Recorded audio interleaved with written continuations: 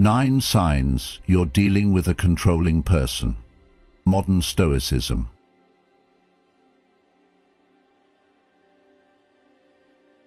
Who is brave is free. Seneca. Control never shouts its arrival.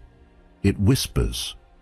Often dressed as affection, concern, or loyalty, it sneaks in unnoticed, especially in the lives of women, taught to keep the peace instead of questioning the terms.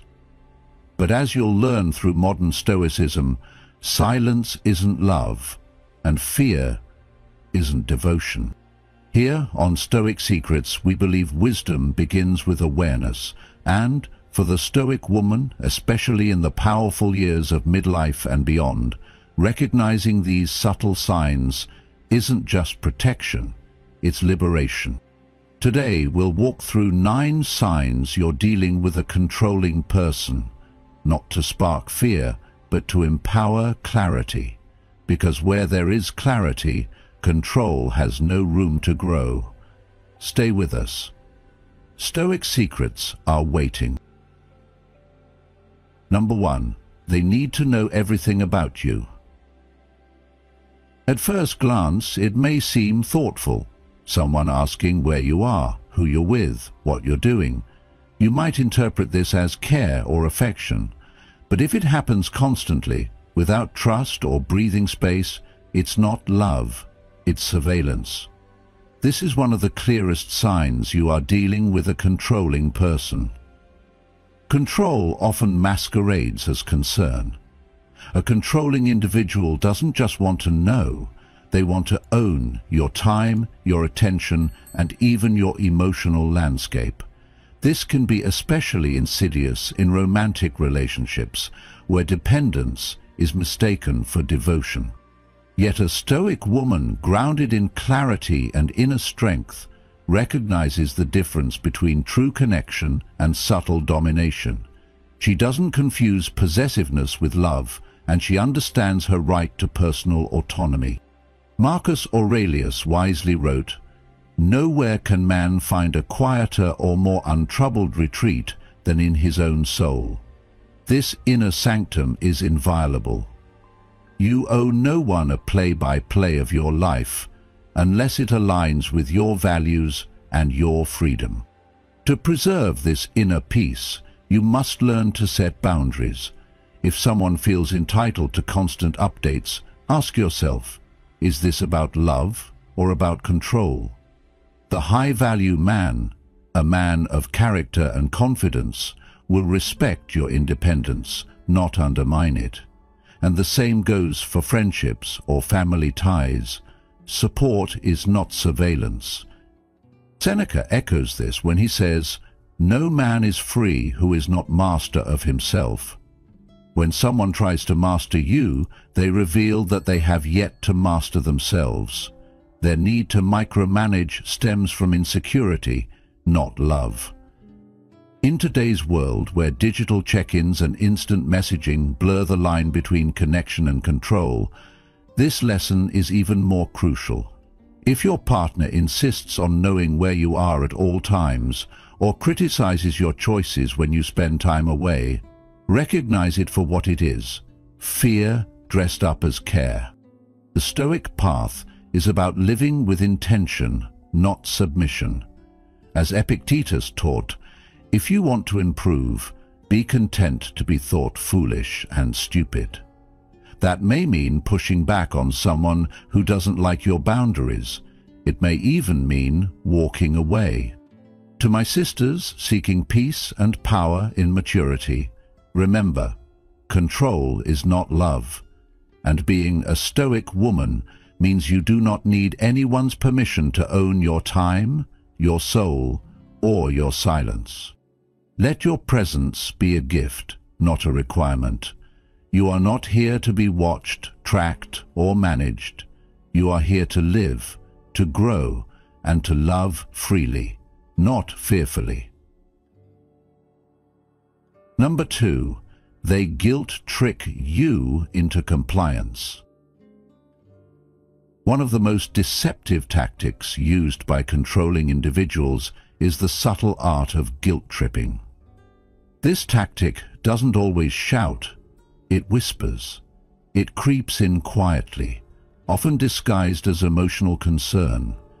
It can sound like, "After all I've done for you," or "If you really cared, you wouldn't do this." And just like that, your independent decision becomes a burden you're made to carry. For many women, especially those raised to be nurturing and accommodating, this tactic is especially potent. But a Stoic woman learns to discern between genuine emotional expression and manipulative guilt. She understands that being empathetic doesn't mean being easily influenced. There is strength in softness, but only when it's rooted in self-respect. Stoic philosopher Epictetus said, "It's not what happens to you, but how you react to it that matters."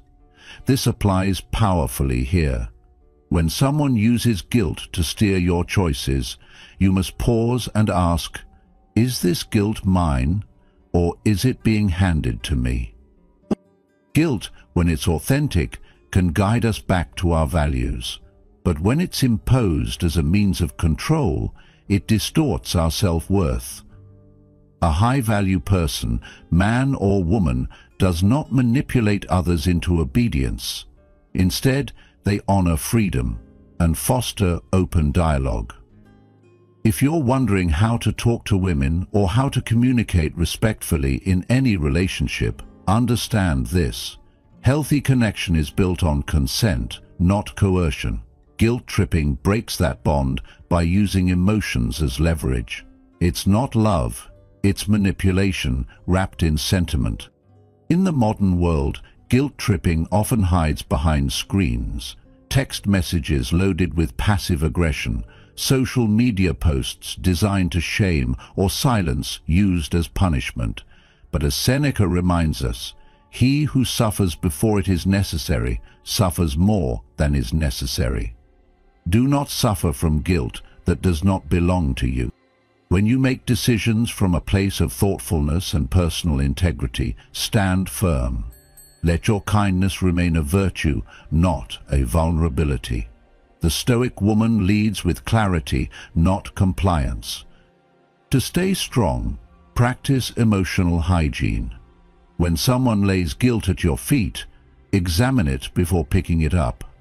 Did you act with care, with self-awareness? Then be at peace. As Marcus Aurelius advises, if it is not right, do not do it. If it is not true, do not say it. Let that be your compass, not the shifting winds of someone else's emotional manipulation. Ultimately, reclaiming your power begins with seeing guilt-tripping for what it is, a tool used by those who fear losing control. But remember, only you are responsible for your thoughts and actions. Not even love, when true, should demand your surrender. I'd like to humbly ask you to leave a comment. It really helps the Stoic Secrets channel grow. If you're unsure what to say, just write, "Guilt is not love, so I know you've made it this far." And don't forget to subscribe for more insights on how to live freely, wisely, and on your own terms. Number 3. They dismiss your opinions or feelings. A controlling person often wields silence or sarcasm like a blade. They roll their eyes when you speak, quickly shift topics when you share your feelings, or respond with phrases like, "You're overreacting." These moments, small yet sharp, can slowly erode a woman's sense of self-worth. But understanding these signs is the first step in reclaiming your inner strength. From the Stoic perspective, your peace does not depend on the reactions of others. As Epictetus declared, it's not what happens to you, but how you react to it that matters. If someone dismisses your opinion, it is not the dismissal that wounds, but the weight you may assign it. Let's be clear. Invalidation is a form of control. It trains you to doubt your intuition and second-guess your emotions. In such a dynamic, the controller often seeks to be the sole arbiter of truth in the relationship, erasing your ability to trust yourself. That is precisely where Stoicism offers a liberating insight. What matters most is not their voice, but your own. Marcus Aurelius wrote, "The soul becomes dyed with the color of its thoughts." When someone repeatedly dismisses you, their words can color your thinking. But through her Stoic path, a woman learns to reclaim her palette. You begin to paint your inner world with reason, dignity and clarity, not with the approval or dismissal of others. So how do you respond to being dismissed? You do not need to argue, shout, or beg to be heard. Stoicism teaches that we do not control others, only our response. If you're in a conversation where you're silenced, acknowledge silently, "This is not about me. Their need to control does not determine my value." Instead of shrinking, begin anchoring yourself in your core beliefs. Epictetus reminded his students that no man is free who is not master of himself. When someone attempts to master your emotions, stand firm in your truth. Speak clearly without aggression, and if they persist, choose to disengage, not out of weakness, but out of wisdom.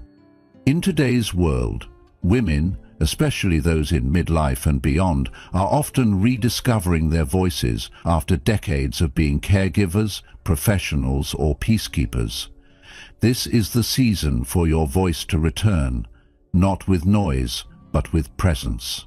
Your story, your wisdom, your emotions, they are valid, and they are yours to honor. Seneca once advised, "You have power over your mind, not outside events. Realize this, and you will find strength." The person who dismisses you seeks to plant doubt, but her Stoic path teaches her that truth lives within. Let them wave their hand and walk away. You remain grounded in your worth. In your daily life, notice when your feelings are being subtly pushed aside. Trust your inner compass. Write about your experiences. Reflect, then decide. Is this relationship supportive of your growth, or is it stunting your spirit? Because at the heart of Stoicism lies a quiet revolution, a return to the self, where no external opinion can undo the truth you already carry. Number 4. They make you feel dependent. Among the most damaging tactics of a controlling person is the cultivation of dependency. This is not always blatant or aggressive. It often unfolds subtly over time. At first, the control might feel protective, as though they are simply looking out for you. But slowly, the controlling individual begins to chip away at your autonomy, and before you know it, you're questioning your own capabilities and second-guessing your decisions. Whether it's controlling your access to money, undermining your relationships, or chipping away at your self-confidence, the message becomes clear. You need them more than they need you. For many women, especially those navigating midlife transitions, career changes, children leaving home, or even widowhood, this dynamic can become deeply rooted. During these times of change, vulnerability might peak, making it easier for someone to step in, seemingly with the best of intentions, and offer help. However, what begins as assistance can morph into control. The more reliant you become on the other person's support, the more you lose touch with your own sense of self and your ability to make independent choices. You may find yourself second-guessing your instincts, seeking approval before making decisions, or feeling paralyzed without their input. It's a slow unraveling of your autonomy, but the Stoic woman knows. No one holds the key to her freedom but herself. In Stoic philosophy, the ideal is not to rely on the world around you for your peace or happiness.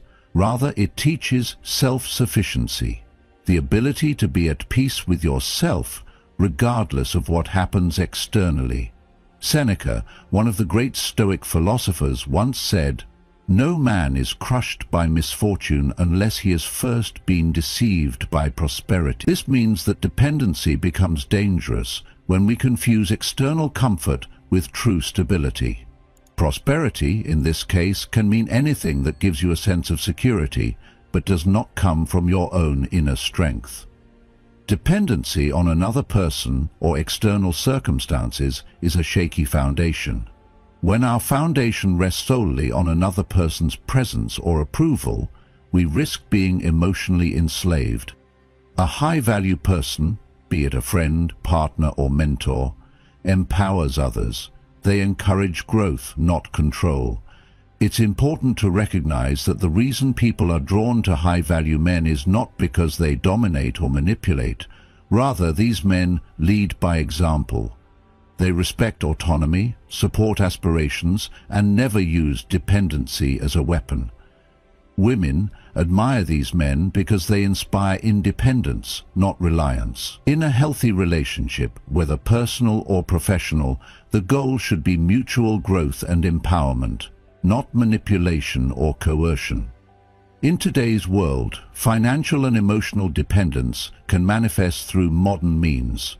Shared accounts you don't control, being excluded from decision-making, or digital surveillance disguised as care. These methods may appear harmless on the surface, but they represent a fundamental erosion of autonomy. Whether it's a partner who insists on overseeing your finances, or someone who controls how you spend your time, these actions create a dynamic where your worth is measured by your obedience or dependence. This is an insidious form of control, often disguised as love or care. The antidote to this is self-awareness and courage. Acknowledge when you are losing your sense of self and take the necessary steps to regain control over your life. It requires courage to say no to dependency, but it's the only way to preserve your autonomy. To break the spell of dependency, begin by reclaiming small acts of agency. Start by making a financial decision independently, no matter how small. Choose to spend time with a friend or loved one without seeking permission or approval. Reaffirm your worth in the mirror every morning. These seemingly small acts build the mental fortitude that no one can take from you. Being a Stoic woman means cultivating resilience, not in hardness but in clarity. It's about knowing who you are and what you stand for, regardless of external validation. Dependency fades when you remember who you are without them. When your strength flows from within, you no longer fear walking away from what diminishes you. You are not defined by someone else's opinion of you or their approval. You are the architect of your own life, and you decide the terms of your independence. So, to every woman questioning her worth or her power, you were not born to be tethered to anyone's mood, wallet, or opinion. You were born to stand tall, even if it means standing alone. True freedom lies not in external approval, but in the unwavering confidence that comes from knowing you are enough, just as you are. Stand in that power, and you will see how everything changes. Number 5. They use anger or silence as a weapon. There are few tools more emotionally manipulative than weaponized anger or calculated silence. Whether it's a sudden outburst or days of being iced out, the intent remains the same: to control, to unsettle, to dominate the emotional landscape. But as Stoic women seeking clarity and inner peace, it is essential to recognize these behaviors not as expressions of genuine feeling, but as strategic attempts to unsettle your balance. In the world of her Stoic path, silence is not inherently harmful. It becomes harmful when it is used to punish, not to reflect. Likewise, anger is not evil in itself, but when it's deployed like a grenade with the intent to confuse or scare, it ceases to be honest emotion and becomes manipulation. As Epictetus wisely taught, when someone irritates you, it is not their actions that disturb you, but your judgment about them. Controlling people rely on these emotional ambushes because they short-circuit clear thinking. One moment the room is filled with rage, the next there is an eerie, calculated quiet. For women navigating complex relationships, whether in marriage, family, or work, these dynamics are all too familiar. The Stoic response, however, is not to react in kind, but to remain inwardly anchored. Marcus Aurelius wrote, "You have power over your mind, not outside events. Realize this, and you will find strength." This is where modern Stoicism offers liberation, by reminding us that we do not need to match chaos with chaos. Instead of chasing reconciliation or shrinking under silent reproach, the Stoic woman responds with calm detachment and a steady presence. It's important to understand that this does not mean emotional numbness. Rather, it's the art of grounded response. If someone is shouting, you don't need to shout back. If someone vanishes into a silence meant to punish, you don't need to beg them to return. You stand in your truth, your voice unwavering even when theirs has turned to thunder or gone completely cold. When learning how to talk to women about these issues, especially those in midlife who are awakening to long-ignored patterns, it helps to validate their experience and offer tools. One of those tools is this: never negotiate your self-worth in the face of emotional blackmail. Remind yourself daily of this truth from Seneca: no man is more unhappy than he who never faces adversity, for he is not permitted to prove himself. In today's emotionally charged world, reclaiming your peace is not an act of rebellion, it's an act of courage.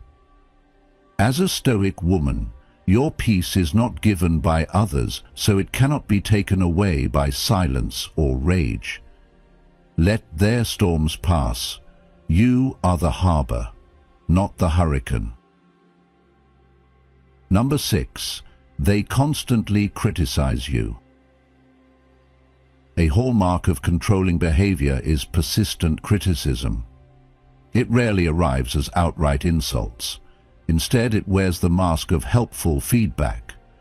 Over time, these small jabs accumulate: the way you dress, the decisions you make, how you speak, how you parent. The intention may be cloaked in concern, but the effect is unmistakable. It erodes your confidence. The Stoics understood that our dignity is ours to defend. On her Stoic path, a woman learns that not all opinions are worth absorbing. As Epictetus teaches, if someone succeeds in provoking you, realize that your mind is complicit in the provocation. This isn't about blame, it's about reclaiming your power. You cannot control what others say, but you can choose how you interpret it. Modern life is saturated with unsolicited opinions. On social media, in family dynamics, even in romantic partnerships. The key is learning to discern the intent behind the words. Is this person genuinely trying to help you grow, or are they undermining your sense of self to maintain control? One builds, the other breaks. A Stoic woman doesn't flinch at criticism, but she also doesn't bow to it. She evaluates it with clarity, not emotion. Ask yourself, is this criticism just or unjust? If it's unjust, it deserves no space in your mind. Let it pass like noise in the distance. As Marcus Aurelius wisely noted, reject your sense of injury and the injury itself disappears. But if the criticism holds truth, if it reveals a blind spot, then use it not as a weapon against yourself, but as a tool for refinement. Improvement, after all, is not submission. It is evolution. And doing so without bitterness is a mark of true strength. It's important to note that constant criticism is not about you. It's about the other person's need to assert dominance. People who truly value you will correct in love, not tear you down in judgment. They'll offer feedback with gentleness, not superiority. To protect your peace, create mental boundaries. Not every voice deserves access to your spirit. Strengthen your inner fortress through reflection and self-awareness. In the words of Seneca, "A gem cannot be polished without friction, nor a man perfected without trials." But there is a world of difference between healthy friction and constant abrasion. In the end, her Stoic path is one of quiet resilience. She learns to stand tall, not because she is never criticized, but because she knows how to stand through it. She is not shaped by the words of others, but by the clarity of her own mind. Number 7. They keep score. One of the more subtle yet corrosive tactics used by controlling people is keeping emotional score. They remind you of every favor, every sacrifice, every act of so-called kindness, not as a gesture of goodwill, but as a down payment for your obedience. What seems generous on the surface becomes a transaction cloaked in manipulation. For a Stoic woman, this behavior isn't just uncomfortable, it's a red flag that exposes the absence of virtue. True generosity, as understood in Stoic ethics, is never transactional. Seneca reminds us, "He who gives promptly gives twice," underscoring that sincere giving comes without delay and certainly without strings attached. But when someone constantly revisits their deeds, saying things like, "After everything I've done for you," it isn't about gratitude, it's a subtle demand for compliance. It's emotional accounting, and it creates an environment where you are no longer a partner but a debtor. Relationships rooted in guilt are draining. A Stoic woman recognizes that love and respect cannot thrive when weighed down by a running tally. Instead, she stands firmly in the belief that true virtue lies in intention, not obligation. As Marcus Aurelius wrote, "Waste no more time arguing what a good man should be one."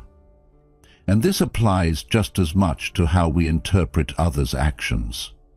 Don't allow yourself to be drawn into emotional bookkeeping.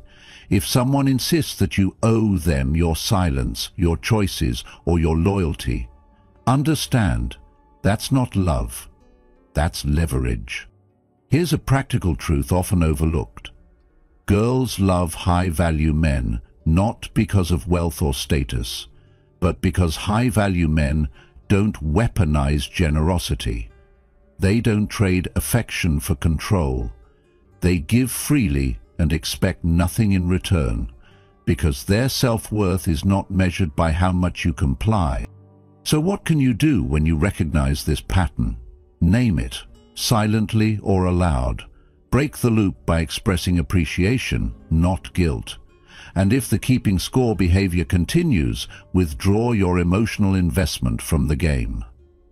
As Epictetus advised, if you want to improve, be content to be thought foolish and stupid.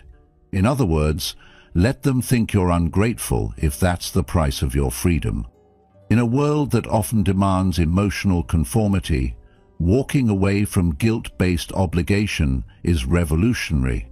It's what defines the Stoic woman: rooted, calm, unmanipulated. Keep giving from love, but never because you're cornered by a ledger someone else keeps. Number 8, they isolate you from others. One of the most telling signs you're dealing with a controlling person is their effort to sever your ties with the outside world. This tactic rarely arrives with a dramatic command. Instead, it begins as a slow, quiet erosion, one that's difficult to detect until the damage is done. A simple sigh when you mention plans with a close friend, a sarcastic remark about a sibling's advice, a lingering pause when you bring up someone they don't approve of. These aren't just reactions, they're signals, and with repetition they plant seeds of doubt about the very people who keep you grounded. Over time, those seeds sprout into walls. You may begin to cancel plans, hesitate before calling a loved one, or second-guess whether your friends truly support you. It's a slow drift away from community and directly into emotional captivity. That's because control thrives in isolation. When you're cut off from the people who reflect your worth and mirror your strength, it becomes far easier for someone else to rewrite your reality. For many women between the ages of 35 and 70, this vulnerability can be especially relevant. These are the years of transformation, navigating career reinvention, shifting roles in family life, or rediscovering long-forgotten passions. During these transitions, we don't need less connection, we need more. Community isn't a luxury, it's a lifeline. And for a Stoic woman, it's also a matter of principle. While classical Stoicism champions self-reliance and inner strength, it never advocated for emotional isolation. Marcus Aurelius, the philosopher-emperor, wisely wrote, "We are made for cooperation, like feet, like hands, like the rows of the upper and lower teeth. Harmony with others is not a weakness, it is natural, even necessary." Modern Stoicism refines this for today's world. Autonomy doesn't mean being alone. It means choosing your connections deliberately, protecting them fiercely, and never surrendering them to fear, shame, or subtle coercion.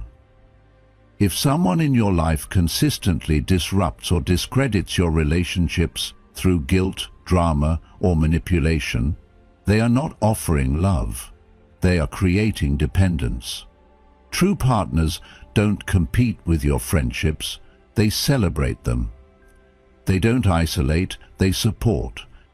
In a time where emotional control is often misread as care, learning how to talk to women and how women talk to themselves about boundaries is essential.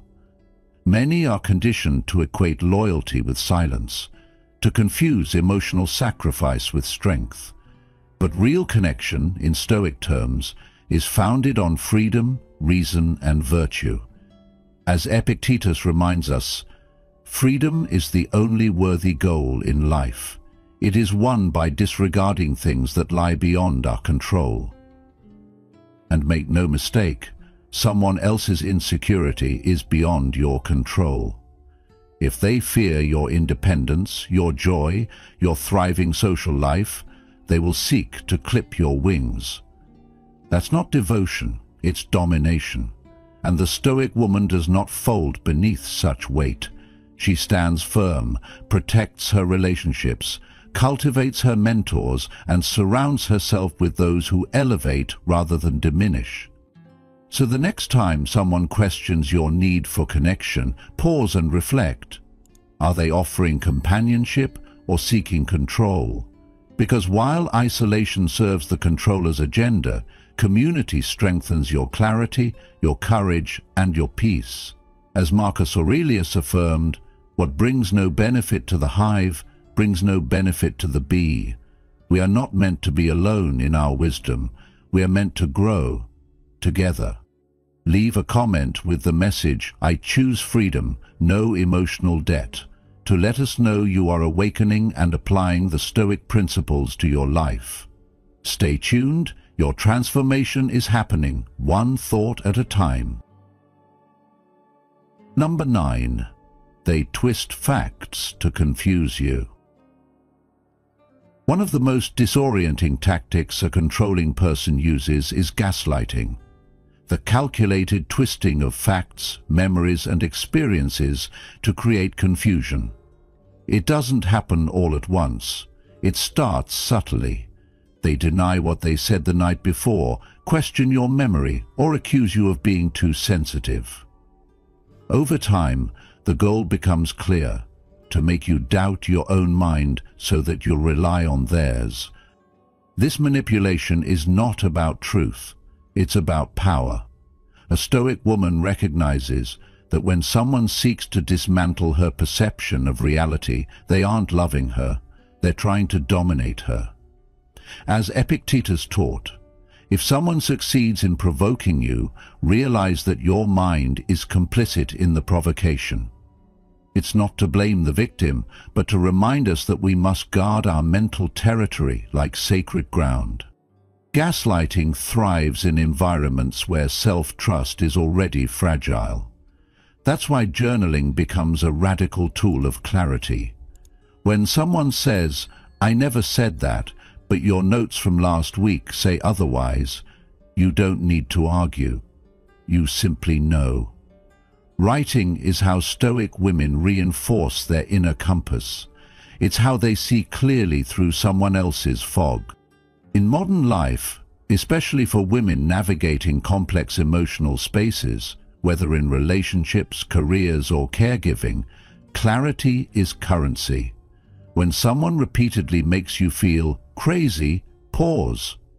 Ask yourself, is this person confused themselves, or are they trying to confuse me? The distinction matters. One requires compassion, the other requires boundaries. Marcus Aurelius wrote, "The happiness of your life depends upon the quality of your thoughts." If someone pollutes your thoughts with manipulation, they are not building a bond, they're eroding your foundation.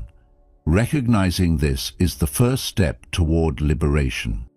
And let's be honest, girls love high-value men not because they're perfect, but because they bring stability, not chaos. High-value men do not need to rewrite your reality to feel in control. They meet you with truth, even when it's uncomfortable, because they respect your mind.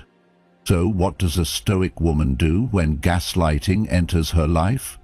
She stops chasing external validation and returns to her own reason. She observes, reflects, and acts, not with emotional reactivity, but with measured clarity.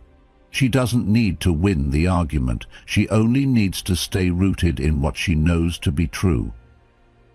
In a world that often blurs truth with perception, the Stoic woman becomes a lighthouse, calm, grounded, and unwavering. She journals not for nostalgia, but for sanity. She trusts herself, not because she's never been wrong, but because she's learned how to self-correct. And when someone tries to distort her truth, she sees it clearly, and she walks away with grace, not confusion. In a world that confuses control with care and compliance with love, may you have the courage to choose freedom, to walk your path of Stoicism not as a reaction, but as a response, not as a challenge, but as a dignity. You don't need permission to live freely. You just need to remember, your life is yours, your peace is yours, and so is your power. Stoic responses. Once you recognize controlling behavior, the next step is not to fight it emotionally, but to respond with Stoic discipline. These 9 responses will help you reclaim your power with clarity, not conflict. Number 1. Observe without reacting. The Stoics' approach to life's challenges is rooted in self-mastery, and one of the core principles is the ability to observe without reacting. In our fast-paced, emotionally charged world, it's easy to be swept away by strong impulses, but the Stoic understands the importance of maintaining composure in the face of adversity. By pausing and observing situations with a calm and clear mind, you avoid falling victim to emotional outbursts that can cloud judgment. This practice of detachment doesn't mean ignoring what happens around you. It's about stepping back and noticing the patterns of behavior without being overwhelmed by them. Instead of reacting impulsively, you give yourself the space to understand the dynamics at play. As Marcus Aurelius, a Stoic philosopher, wisely said, You have power over your mind, not outside events. Realize this, and you will find strength. By understanding that you control your internal world, you gain the freedom to choose how to respond. This is where true strength lies, in the ability to remain steady while the world around you may be in chaos. It's not about shutting off emotions, but about understanding them and deciding whether they should influence your actions. You see the truth of the moment and are no longer enslaved by it. In modern life, this principle is crucial. Whether you're dealing with a difficult colleague, a challenging family member, or even navigating public debates, the ability to stay calm and observe is a powerful tool. Instead of reacting out of frustration, fear, or anger, you take a moment to understand the situation fully. This awareness creates space for wisdom to guide you rather than emotional turmoil. It's about being proactive rather than reactive. When you observe without jumping to conclusions, you put yourself in a position of power because you can respond from a place of clarity, not confusion. In relationships, whether personal or professional, this approach helps you avoid unnecessary conflict and ensures that your actions are driven by reason rather than emotional triggers. The Stoic who practices observation without reaction becomes a master of their own emotional world and avoids being manipulated or controlled by external circumstances. This is the key to developing an iron mind that remains unmoved by the turmoil around it. By adopting this practice, you're not only embracing Stoic principles, but also gaining a tool for modern life. The ability to stay grounded and act from a place of inner strength. Number 2, strengthen inner clarity. Strengthening inner clarity is essential for navigating life's complexities. In a world filled with distractions and external pressures, it's easy to lose sight of who you are and what truly matters to you. Think about it. Life can often feel like a storm, with waves of challenges and distractions crashing against you from all sides. Without inner clarity, it's easy to get tossed around, uncertain of where to go. But when you cultivate clarity, it becomes your steady compass, guiding you no matter how turbulent things get. As Marcus Aurelius wisely said, the happiness of your life depends upon the quality of your thoughts. This is the power of clarity. It helps you cut through the noise and stay focused on what truly matters. The first step in strengthening your inner clarity is by reflecting on your values and beliefs. Journaling is a great way to do this. By writing down your thoughts, you give yourself the opportunity to sort through what you truly believe and what you will not tolerate. Have you ever found yourself compromising your values just to fit in or avoid conflict? Journaling allows you to clearly define what matters to you, building a foundation that won't easily be shaken by the opinions of others. It's in these quiet moments of reflection that you gain insight into your true self, beyond the noise of the world. As you grow more clear about your beliefs, you begin to act from a place of confidence rather than reaction. Think about times when you felt confused or unsure, swayed by external opinions. What if you could respond to life's challenges from a place of inner strength and clarity, instead of being pushed and pulled by others? That's what inner clarity gives you. The ability to act with intention and to set boundaries that protect your peace. It's not about being rigid or inflexible, but about knowing what you stand for. This makes decision-making so much easier, and it allows you to prioritize what truly matters, without getting caught up in things that don't align with your values. This kind of clarity also protects you from manipulation and uncertainty. As you understand who you are and what you will tolerate, others' attempts to sway or confuse you become less effective. You stop reacting to everything that comes your way and start responding with purpose. The Stoics believed that by mastering your own mind, you could maintain peace even in the face of chaos. Inner clarity helps you do just that. It creates a shield of mental strength that keeps you grounded, no matter the circumstances. So I ask you, what are the things you value most in life? What are the lines you won't let anyone cross? By reflecting on these, you can strengthen your inner compass and, in turn, take control of your life. As Epictetus said, it's not what happens to you, but how you react to it that matters. Strengthen your clarity, and you'll find yourself empowered to handle whatever life throws your way with grace and confidence. If you're ready to be the man she can't figure out, not because you're playing games, but because you're living with depth, with direction, with inner stillness, then hit that like button, subscribe, turn on the notification bell, and leave a comment below. I'm the mystery she'll never solve. Number 3. Set silent boundaries. In life, there are moments when words fall short of expressing the gravity of our feelings, and the most effective form of communication becomes silence. This is a core principle of Stoicism, that we do not always need to explain ourselves or justify our actions. Often the most powerful statement you can make is one of withdrawal. When faced with consistent disrespect, disregard, or manipulation, sometimes the best course of action is to remove yourself from the situation entirely. As the Stoic philosopher Epictetus once said, "Wealth consists not in having great possessions, but in having few wants." This mindset doesn't just apply to material wealth, but to how we handle our emotional resources.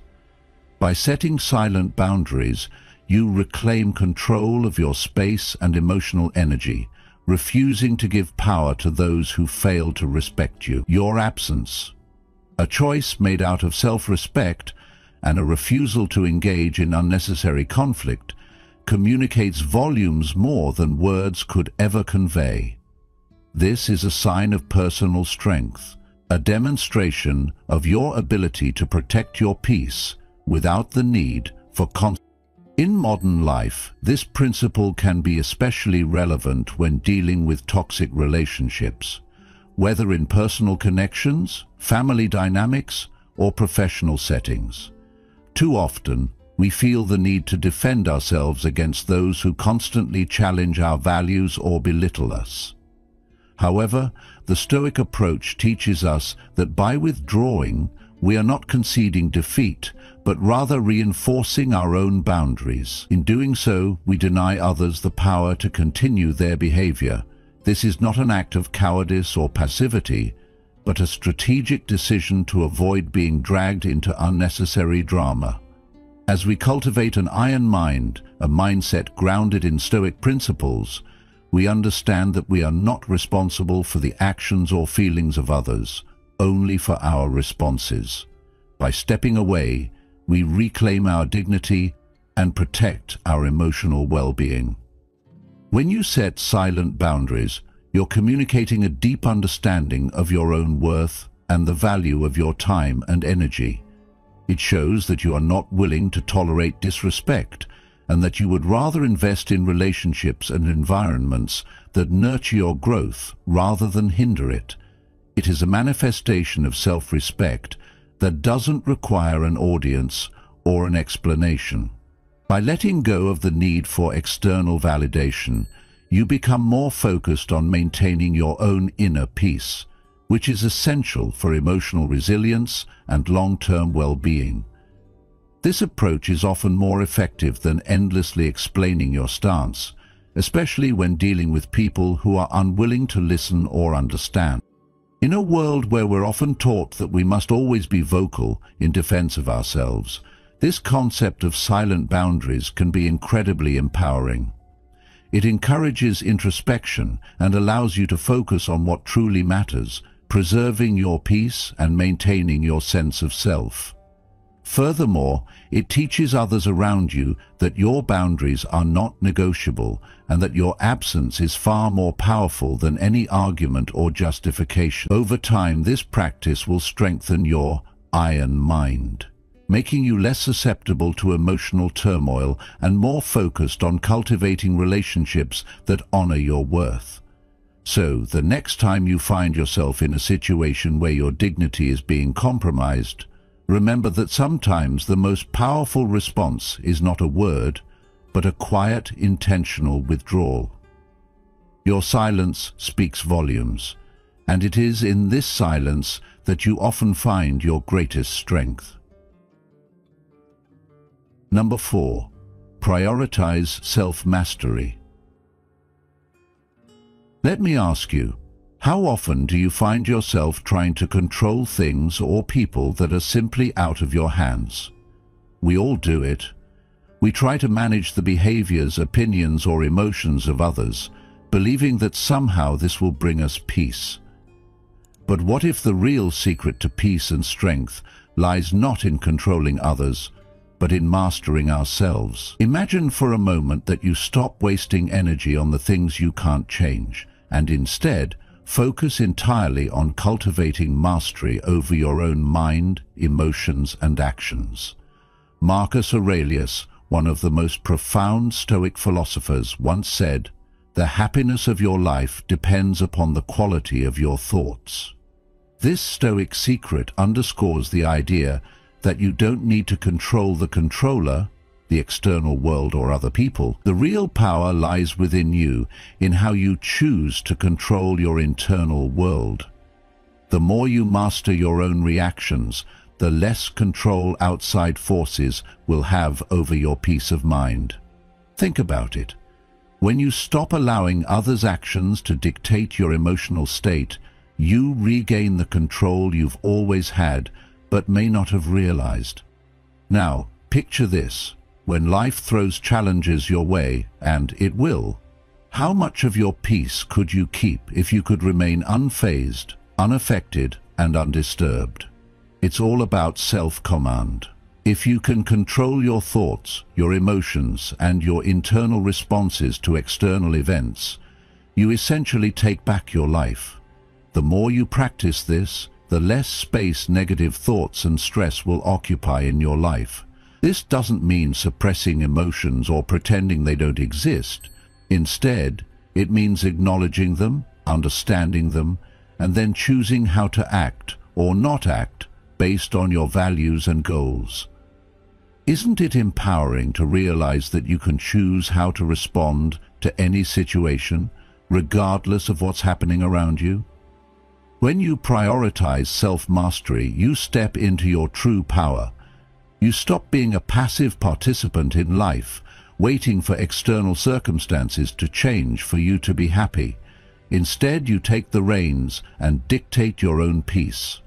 Why let someone else's bad mood dictate yours, or let an unexpected delay ruin your entire day?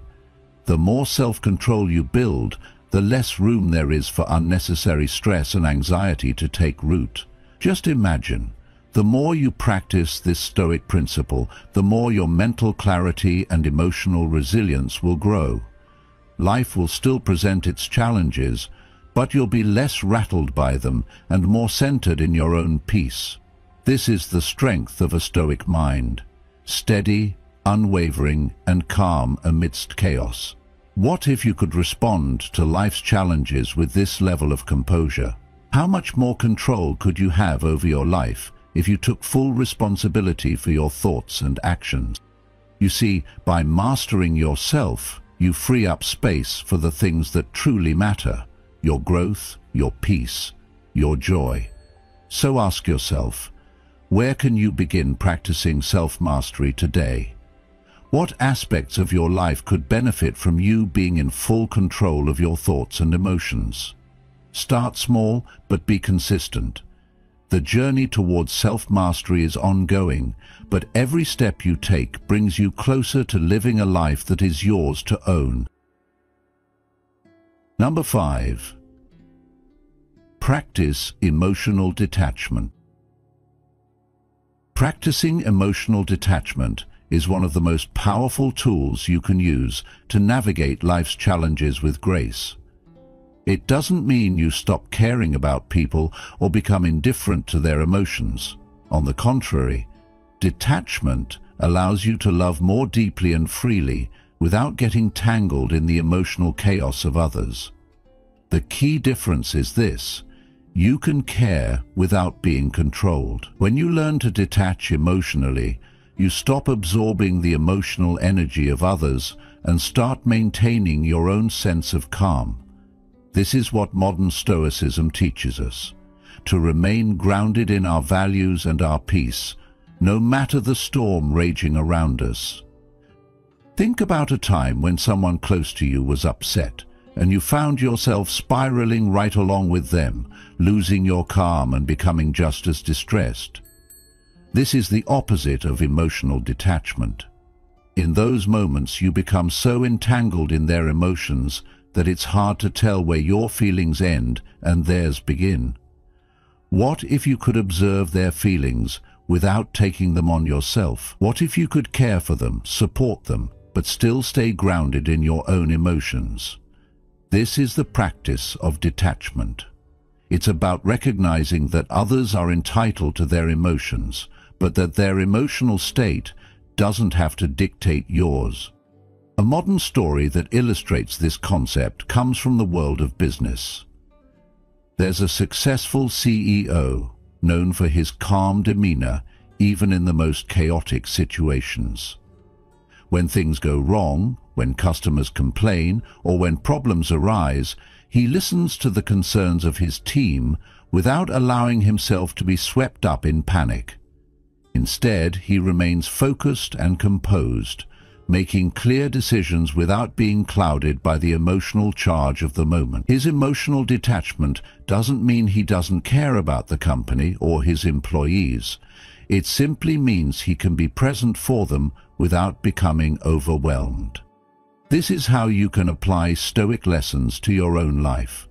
Just like that CEO, you can learn to respond to situations without being driven by emotional impulses. It takes practice, but once you start, you'll find that detachment doesn't make you less compassionate. It makes you more effective in your relationships and your own self-care. It allows you to support others while protecting your peace without getting pulled into unnecessary drama.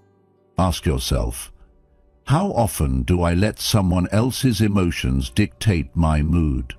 How much calmer could I be if I practiced emotional detachment more regularly? The key takeaway here is that emotional detachment isn't about being cold or uncaring. It's about staying true to yourself and maintaining your inner peace, even when others are experiencing turmoil. When you practice this, you'll become less reactive, more resilient, and better equipped to handle the challenges life throws your way. Number 6, reaffirm your core values. In our fast-paced world, it's easy to lose sight of what truly matters. Every day we're bombarded with distractions, opinions, and external pressures that can make us question our beliefs and priorities. However, returning to your core values is essential to maintaining focus and staying aligned with who you are, especially when faced with challenges. As the Stoic philosopher Epictetus wisely said, "No man is free who is not master of himself." This is the essence of Stoic principles. The idea that by grounding ourselves in our personal values, we take control of our actions and reactions, and we remain steadfast in the face of life's storms. The more often you reaffirm your core values, the more firmly you stand, no matter what the world throws at you. These values are your compass, guiding you in decisions big and small, ensuring you stay true to yourself, regardless of external influences. Integrity, in particular, is your armor. It is the quality that shields you from compromising your beliefs and keeps you aligned with your principles, even when the pressure is on. Think about it. When you act from a place of integrity, you are more likely to make decisions that reflect your true self, rather than bending to the whims of others or the tides of external circumstances. Integrity gives you a solid foundation, allowing you to stay grounded no matter how chaotic things may get. It's easy to drift away from your values when you're constantly pulled in different directions, but the more you reaffirm your core principles, the less likely you are to be swayed. Whether it's in relationships, career choices, or daily interactions, your integrity will help you maintain clarity and avoid the confusion that comes from compromising your beliefs. This is how you cultivate an iron mind, a mind that remains unwavering no matter the external pressure. As you face challenges, you'll find that your values act as a shield, protecting your sense of self and ensuring that you don't lose sight of what truly matters. Relating this to modern life, think about the many situations where your values might be tested, whether it's facing temptation at work, navigating a relationship where your boundaries are being pushed, or dealing with societal pressures. It's essential to remember that your integrity is your first line of defense. The more you make a conscious effort to reaffirm your values every day, the more resilient you become to outside influence. How often do you reflect on your personal principles? Do you take time daily to check in with yourself and ensure that your actions align with what you believe in? If you don't, try incorporating this into your routine. Take a moment each morning to reaffirm your commitment to your core values, whether it's through meditation, journaling, or simply taking a pause to reflect. These small daily practices will help you stay aligned and true to yourself. When you uphold your values consistently, your actions begin to speak louder than any words ever could. The more you live in alignment with your integrity, the more peaceful and confident you'll feel, even in the midst of pressure or adversity. In the end, living a life of integrity is the foundation of true freedom. You are not beholden to the whims of others, nor are you shackled by external circumstances. Instead, you are empowered to make choices that reflect the person you truly are. By reaffirming your core values every day, you reinforce your own strength, build an iron mind, and create a life that is fully aligned with your deepest beliefs and principles. So, take a moment now to ask yourself, what are my core values? How can I better align my actions with them? And what small steps can I take today to reaffirm my commitment to living with integrity? Number 7, respond with intent, not emotion. Think about the last time someone pushed your buttons. How did you respond? Most of us, in moments of frustration or anger, tend to react emotionally. But what if, instead, you could respond with calm intent, as a Stoic would? This Stoic secret is simple, yet incredibly powerful. Instead of being swept away by the emotional chaos of others, you can choose to act with purpose, staying grounded in your own sense of control. Marcus Aurelius, the great Stoic philosopher, taught us that the best revenge is to be unlike him who performed the injustice.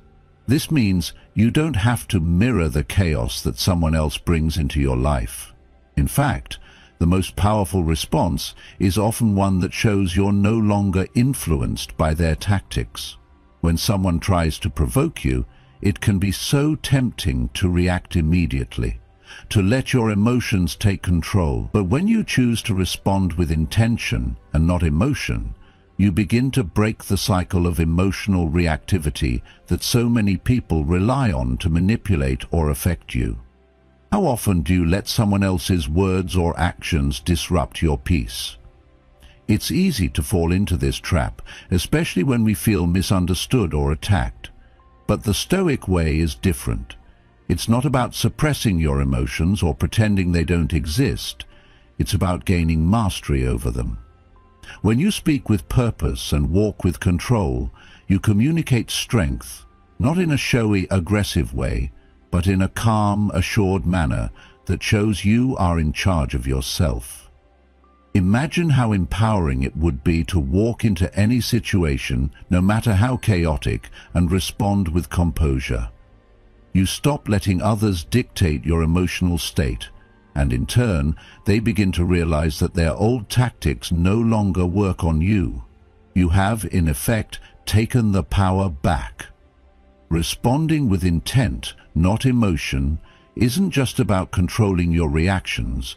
It's about asserting your autonomy over your life and interactions. So, the next time you're faced with a difficult situation, ask yourself, how can I respond with intention, not emotion? How can I maintain control over my actions, rather than letting my emotions control me? Number 8. Stop explaining yourself. You don't owe anyone an explanation for every boundary you set or every time you say no. In fact, the more you explain yourself, the more you give others the chance to twist your words and question your decisions. This can lead to unnecessary back and forths that ultimately make you feel drained and misunderstood. When you say no or set a boundary, be clear, be brief, and be done with it. Modern Stoicism teaches us that our actions and decisions should be rooted in clarity and self-respect, not in the need to justify ourselves. Think about a time when you found yourself explaining a simple decision, only to find that the more you spoke, the more complicated things got. You've likely experienced how an over-explanation can make you lose your sense of confidence and power, as others may try to sway you or plant doubt in your mind. Here's where a good modern story comes into play. Imagine a well-known leader, a business executive, who was once bombarded with constant requests for explanations whenever he made a decision. He realized that his constant need to justify every action was only weakening his authority and leaving him open to manipulation. So, he began practicing clear, concise communication, saying no when necessary without a lengthy explanation. The results were remarkable. He found that his decisions were respected more, and the people around him respected his boundaries, knowing that they didn't need to negotiate every decision. The lesson here is simple. You don't need to over-explain yourself to gain respect or approval. By setting clear, firm boundaries and sticking to them, you teach others how to treat you. So ask yourself, when's the last time you over-explained yourself, only to feel frustrated and misunderstood afterward? What would happen if you set your boundaries more clearly and stood by them without offering long explanations? The key takeaway is that your decisions and boundaries should be respected without needing justification. Being clear, concise, and firm in your words creates stronger boundaries, allowing you to preserve your peace and self-respect while practicing the Stoic lesson of emotional independence. Number 9. Walk away when necessary. In life, not every relationship is meant to last. No matter how hard we try or how much we invest in certain connections, there are times when the healthiest choice is to walk away. This can be one of the hardest things to accept, especially in relationships where we've poured time, energy, and emotional effort. But the Stoic perspective offers us profound wisdom on this matter. Sometimes, walking away is the most powerful and peaceful decision you can make. As the great Stoic philosopher Epictetus said, "It's not what happens to you, but how you react to it that matters." The key here is not that relationships face challenges, that's inevitable, but how we choose to respond when control becomes persistent and manipulative, or when the dynamics become damaging to your emotional well-being. The Stoic path is not one of endless struggle, but of calm release. This is not a call for bitterness or anger. It's about making the decision to prioritize your own peace and well-being. Walking away isn't a sign of weakness, it's a manifestation of strength. as it requires the iron mind to detach from emotional ties and choose the path of self-preservation. So, how do we know when it's time to walk away? Often, it's when a relationship begins to feel more draining than fulfilling, when you start to lose yourself in trying to fix something that may not be repairable. The Stoic approach teaches us to recognize when our peace is being compromised and to honor our own mental and emotional health by choosing freedom over toxicity. This doesn't mean abandoning people at the first sign of conflict, but rather acknowledging when a relationship has become a source of persistent stress, manipulation, or negativity. In modern life, this is something we can all relate to. Whether it's a family member, a friend, or even a romantic partner, there are times when the best thing you can do for both yourself and the other person is to step away. This decision isn't easy, but it can be liberating. Choosing yourself, your peace, and your mental health isn't selfish. It's a necessary step in living a life grounded in Stoic principles. Freedom, as the Stoics teach us, is not just about external circumstances. It's about choosing how we respond to them. And when it comes to relationships, true freedom comes when we realize that we are not bound by toxic ties. You are not obligated to remain in a situation that hurts you or holds you back from living a fulfilling life. By walking away in peace, you regain your agency and your sense of self.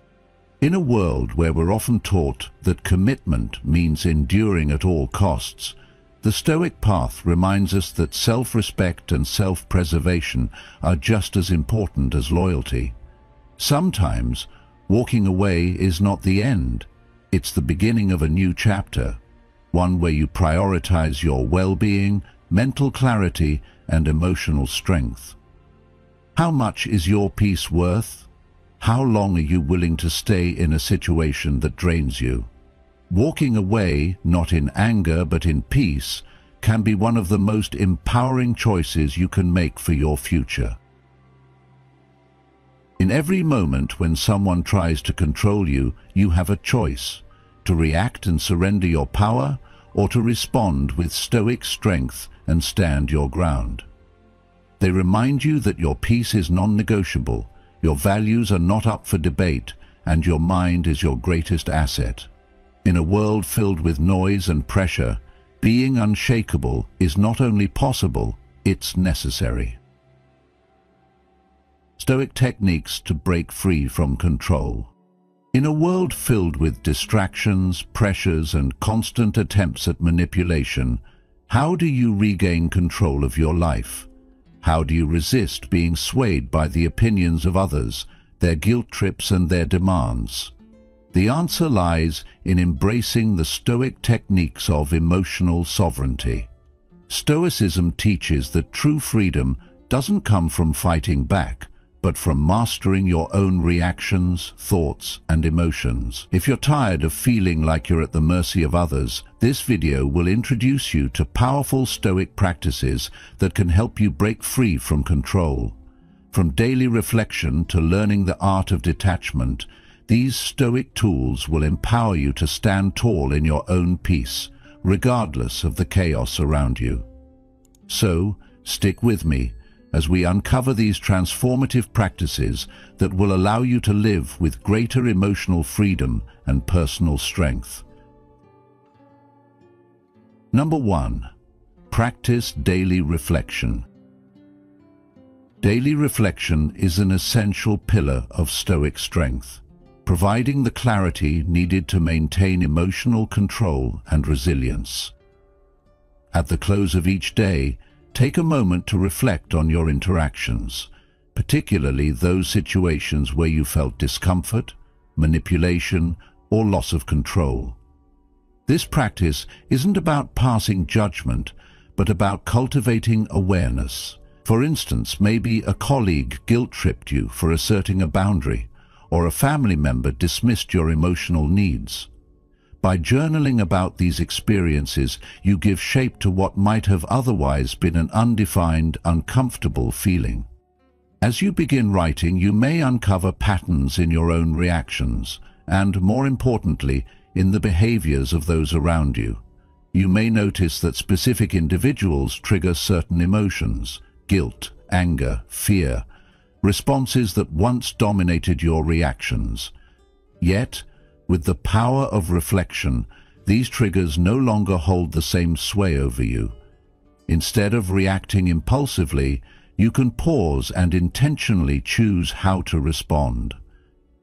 This shift in behavior, grounded in the Stoic principles of emotional independence and mindfulness, enables you to act from a place of strength and composure. Over time, this practice empowers you to track your growth. What once would have unsettled you or forced you to seek external validation no longer has the same impact. It reveals your progress in reclaiming your personal power, showing you how much you've transformed in your ability to manage your emotional responses. In just 5 minutes of daily reflection, you can start the process of becoming unshakable. You move from being a reactive individual to one who responds with wisdom, self-awareness, and balance. The benefits are profound. Reflection allows you to move from confusion to clarity. As Marcus Aurelius wisely stated, "The happiness of your life depends upon the quality of your thoughts." Through daily journaling and reflection, you elevate your thoughts, moving from blind reactions to thoughtful, intentional actions. This heightened awareness turns you into the observer of your own emotions and responses. Rather than being swept away by the chaos of external influences, you rise above it, learning to navigate your inner world with the Stoic principles of strength, discipline, and resilience. You no longer feel like a puppet reacting to the strings of others' behaviors. Instead, you become the calm observer, watching, learning, and growing from every experience. This is the pathway to becoming truly unshakable. Emotionally independent, mentally strong, and equipped with the wisdom to face any challenge life presents. Number 2. Master the art of the pause. In a world increasingly addicted to speed and reaction, mastering the art of the pause is one of the most revolutionary acts you can take, not just for your own sanity, but for your autonomy. When someone throws a passive-aggressive comment at you or tries to guilt-trip you into submission, your first instinct might be to bite back. It feels natural, even necessary. But that's the very moment where control slips from your fingers. Instead, consider this. That moment, that breath between stimulus and response, is where your power truly lies. Marcus Aurelius wrote, "You have power over your mind, not outside events. Realize this, and you will find strength." The pause is not passive, it's active resistance against manipulation. It's the shield that guards your inner peace. I once had a friend named Jason, a startup founder, constantly under fire from investors, employees, and the demands of his own perfectionism. In one particularly brutal board meeting, an investor publicly questioned his competence in front of the team. Everyone expected a verbal grenade in return, but Jason paused, looked around the room, and simply said, "Noted." That pause, it rewired the entire atmosphere. The tension dropped, the manipulator lost steam, and Jason's calmness said more about his strength than any defensive argument could. He later told me that what helped him in that moment was a line from Epictetus: "It's not what happens to you, but how you react to it that matters." Modern Stoicism teaches us not just to endure life's chaos, but to shape our response to it. And often that shaping begins with silence. So, how often do you find yourself reacting before you've even thought? How many times have you looked back and wished you had paused, even just for a second? That second is your training ground, your proving arena. The pause is a practice, a deliberate step toward becoming untouchable. Not in an arrogant way, but in the deeply grounded sense of knowing who you are and what you stand for. As Seneca would say, no man is free who is a slave to his passions. You reclaim your freedom every time you break the automatic loop of reactivity. What would happen if, the next time someone tested your patience, you let silence answer first? Not because you're weak, but because you're wise. And wisdom, unlike impulse, cannot be manipulated. This is one of the most powerful Stoic lessons for modern life. Your silence can be your sword. In that space between what provokes you and how you respond, you forge your identity. You're not just avoiding conflict, you're rewriting the script. Every pause builds your composure muscle, shapes your character, and signals to the world that your mind is your own. Over time, you'll notice something miraculous, that many conflicts dissolve on their own, and those who once sought to control you now stand confused, powerless in the face of your unshakable calm. To walk this path is to understand that composure is not suppression, it's strength under discipline. The modern world might applaud those who clap back fastest, but Stoicism applauds the one who pauses long enough to choose who they want to be, every single time. So here's your takeaway. Build the habit of pausing before reacting. Ask yourself, is this worth my peace? Is this true? What do I want to stand for in this moment? Every time you choose the pause, you choose freedom. And isn't that what we all seek? Stoicism emphasizes the importance of pausing and reflecting before acting. The moment of pause is the moment of power, a powerful reminder of the power of stillness in controlling emotions and decisions. By practicing this art of pause, we can learn to control our hasty reactions and make better decisions. Number 3. Remain silent in emotional storms. Remain silent in emotional storms. This is one of the most transformative and powerful Stoic lessons you will ever apply in your life, especially when it comes to breaking free from the grip of emotional manipulation and regaining full control over your inner world. Think about those moments when someone tries to pull you into their chaos. It could be a cutting remark, a guilt trip designed to provoke, or a sudden outburst meant to rattle your calm. The natural response for most people is to react. We defend ourselves, we explain, we argue, we match the energy and escalate the situation. But here's what the Stoics discovered long before psychology caught up. The more you react, the more you surrender your power. The real mastery is not in the perfect comeback, it's in the decision not to respond at all. And not out of fear or weakness, but from a place of strength. Marcus Aurelius wrote, "The best revenge is not to be like your enemy." That means you don't have to match chaos with chaos. You don't have to be pulled into emotional storms just because someone else is drowning. The silence you choose becomes a shield, a sacred act of control over your most valuable resource, your peace. Let me take you deeper into what this looks like. Picture yourself in a conversation where someone you care about suddenly says something passive-aggressive, subtle yet sharp, a comment meant to poke at your insecurity or provoke you into a defensive spiral. In the past, you might have snapped, responded with sarcasm, tried to justify yourself, or worse, escalated it into a full-blown argument. But today, you pause. You hear it. You feel that rising fire, the tightening in your chest, the urge to say something, and instead you breathe. You say nothing, not because you don't have anything to say, but because you choose not to hand over your emotional keys to someone who's trying to hijack your clarity.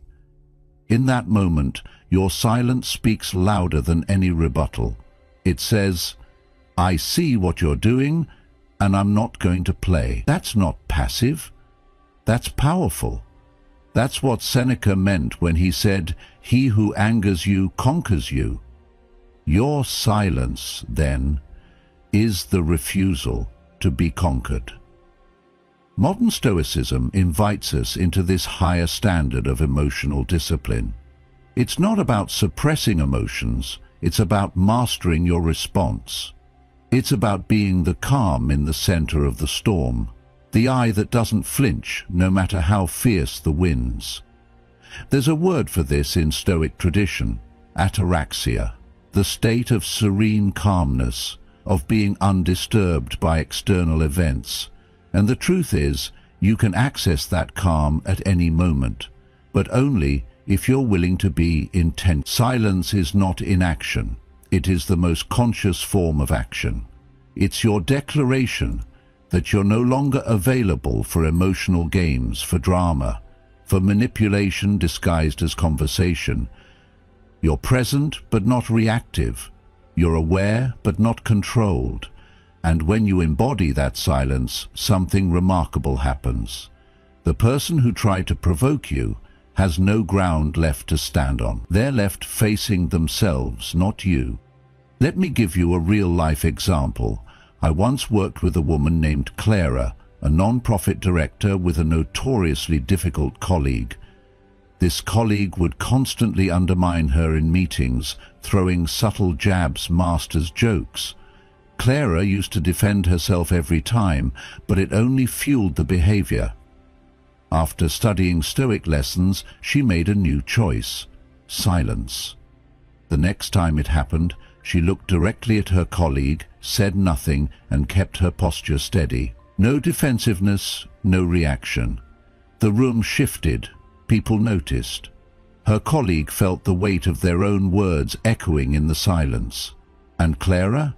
She walked away without emotional damage, without self-doubt. That's the power of mastering silence. So I ask you, what would happen if, instead of reacting next time, you held your ground in stillness? How would your relationships shift if you stopped letting others decide when you lose your calm? When you remain silent, not out of avoidance but from clarity, you're not stepping down, you're stepping up into your strength. You're not losing the battle, you're refusing to fight battles that weaken your soul. The Stoic silence is not empty, it is full. Full of choice, full of discipline, full of self-respect. Remember this: storms don't last. But every moment you give away your peace in reaction to someone else's storm, that's a cost you can't get back. The next time someone pushes your buttons, ask yourself, are they worth your peace? Is this moment worth your power? Let your silence answer for you, because your silence, when it comes from inner strength, is not retreat, it's resistance, it's a boundary, it's a message. And in that message, you reclaim yourself.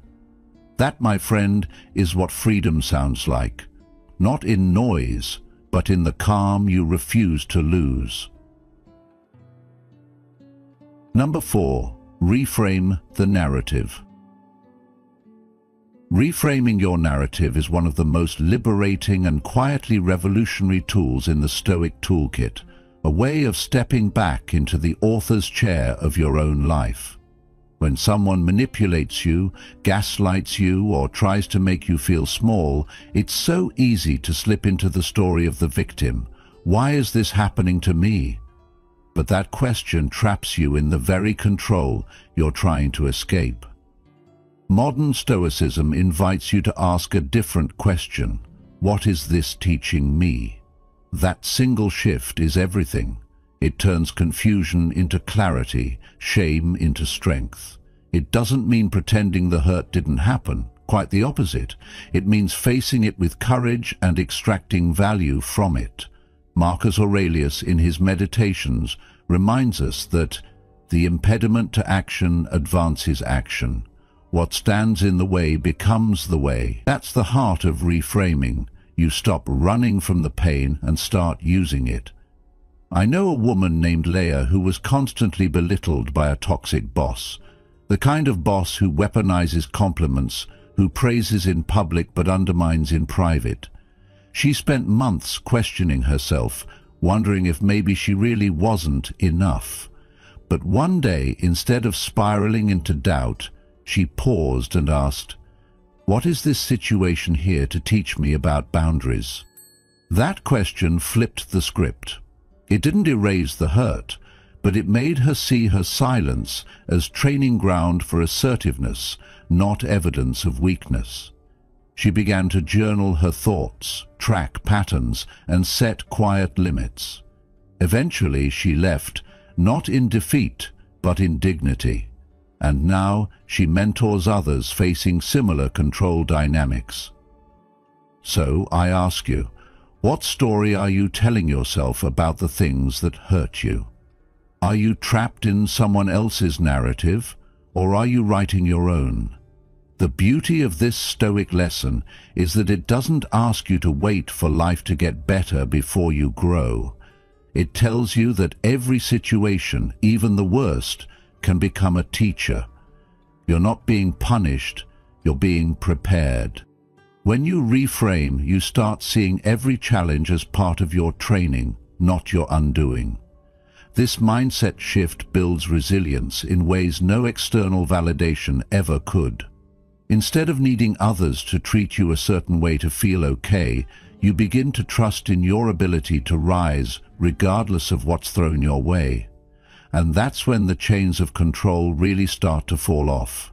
You stop being defined by what happened to you and start being shaped by how you respond. Reframing doesn't erase your past, it reclaims it. It makes you the author, not the afterthought. It's not about denying pain, but about transforming it into purpose. So here's your takeaway. Every time you feel yourself slipping into old stories of helplessness, failure, or shame, ask, what's the lesson here? That's the question that will shift your life. Because when you learn to reframe, you become unshakable. You've rewritten your story, and that's where real freedom begins. Number 5. Align with your core values. One of the most powerful Stoic principles to break free from control, especially in a world that constantly tugs at your attention, energy, and self-worth, is aligning your actions with your core values, your true internal compass. When your daily decisions are guided by values like integrity, wisdom, courage, and self-control, you create an iron mind, one that doesn't bend under pressure or emotional manipulation. As Epictetus once said, first say to yourself what you would be, and then do what you have to do. This alignment isn't abstract philosophy, it's practical daily discipline. When someone pressures you to say yes when you mean no, or guilts you into doing what benefits them but betrays your priorities, that moment becomes a test. Will you act according to their demands or according to your own principles? If autonomy is a core value, then the answer becomes clear. Your time, your energy, your choices belong to you. You are no longer a puppet to others' moods or agendas. You don't swing with their highs and lows. You stand like a tree with deep roots, unshaken by storms. And this is where the transformation begins. When your compass is internal, the noise outside becomes irrelevant. You don't need others to validate your worth, because your worth is grounded in something unmovable. Marcus Aurelius wrote, "The happiness of your life depends upon the quality of your thoughts." When your thoughts are governed by values you truly believe in, not fleeting emotions or social approval, you become incredibly difficult to manipulate. People may still try, they may guilt you, pressure you, attempt to gaslight you, but their efforts won't find a grip, because your responses are not reactions to them, they are reflections of who you've chosen to be. And that clarity changes everything. It gives you the strength to say no without guilt, to walk away from toxic dynamics without regret, and to hold your ground without anger. In modern life, where emotional control often comes disguised as care or concern, where guilt is dressed up as love. This kind of values-based living becomes your armor. It's the filter through which you decide who gets your time and who doesn't, which battles are worth fighting and which ones aren't. You no longer entertain relationships that constantly test your boundaries because your values are not up for negotiation. And this doesn't make you cold, it makes you clear. As Seneca said, "No man is more unhappy than he who never faces adversity, for he is not permitted to prove himself." Living by your values allows you to face adversity with direction. Every challenge becomes a chance to reinforce what you stand for, and every decision, no matter how small, becomes an opportunity to live with purpose. So let me ask you, what are your core values, and are you truly living by them? Do your daily choices reflect the person you want to be, or are they shaped by the approval of others? If your values are unclear, you'll be pulled in every direction. But if your values are firm, you become your own anchor. And once anchored, you're not just harder to control, you become unshakable. That's the power of Stoicism. That's how you build a life no one else can hijack. Number 6. Embrace detachment, not disconnection. Let's talk about one of the most misunderstood Stoic secrets: detachment. Now, before you assume that detachment means becoming cold, emotionless, or distant, let me offer you a clearer and more empowering truth. Stoic detachment is not disconnection from life or people. It's about not allowing chaos to live rent-free in your mind. It's the art of caring deeply without being controlled, of loving others without handing them the keys to your emotional well-being. Marcus Aurelius wrote, "You have power over your mind, not outside events. Realize this, and you will find strength." That's what detachment really is. The strength to stay calm in the face of emotional storms, the power to feel fully but respond deliberately. When someone tries to guilt you into saying yes when you really mean no, detachment doesn't demand that you lash out or shut down. Instead, it creates a sacred pause, a space where you can choose peace over pressure, clarity over confusion. You can say no with grace, without burning bridges or betraying yourself. Have you ever found yourself tangled in someone else's emotional mess, absorbing every mood swing as if it were your fault? Detachment frees you from that exhausting cycle. It teaches you to be present, truly present, without being possessed by another's chaos. It allows you to hold space for others without collapsing under the weight of their expectations. That's not coldness, that's wisdom. And let's be honest, how much of our suffering comes not from what people do, but from our over-attachment to how they should be? Epictetus reminded us, it's not what happens to you, but how you react to it that matters. Stoic detachment is your reaction refined. It doesn't mean you don't feel hurt or anger or sadness. It means those feelings no longer drive the car. They sit in the back while your values take the wheel. In modern life, where emotional manipulation is often subtle and wrapped in sweet words or expectations, detachment becomes a superpower. It lets you see clearly who you're dealing with, what the moment requires, and most importantly, who you want to be. You begin to realize that you don't owe people your peace just because they're loud. You don't owe anyone an explanation for saying no when your gut says stop. And suddenly, your world shifts. You become not just harder to control, but easier to respect, because people sense when you're grounded, when you have self-command. So I'll ask you this. Who or what in your life are you too entangled with right now? Whose opinion has the power to wreck your mood?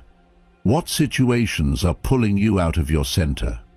Detachment is not abandoning those people or situations. It's about returning to yourself, It's about reclaiming the authority over your inner world. And when you do that, you don't become less human, you become more powerful, more compassionate, and more free. Because at the heart of Stoic principles lies not just the ability to endure, but the ability to live wisely, clearly, and intentionally. That's the real strength. That's the silent sovereignty of the Stoic. Comment saying, "I choose detachment to live clearly," as a way to show your commitment to your journey of mastering your emotions and living by strong principles. Don't leave yet, because the journey of building a steely mind and an awakened heart has only just begun. Number 7. Strengthen your inner citadel. Let's dive deeper into one of the most profound yet underrated teachings of modern Stoicism. Strengthen your inner citadel. A Stoic lesson that is not only timeless, but increasingly urgent in today's reactive, overstimulated world. Marcus Aurelius, in his Meditations, introduces the metaphor of the inner citadel, a mental fortress built from reason, virtue, and self-awareness, untouched by external forces. This citadel isn't about escape, nor is it about emotional suppression. It's about resilience. It's about knowing who you are so deeply that no praise, criticism, guilt, or manipulation can breach your sense of peace. "A man's chief good is within himself," he wrote. And this wasn't just a poetic musing.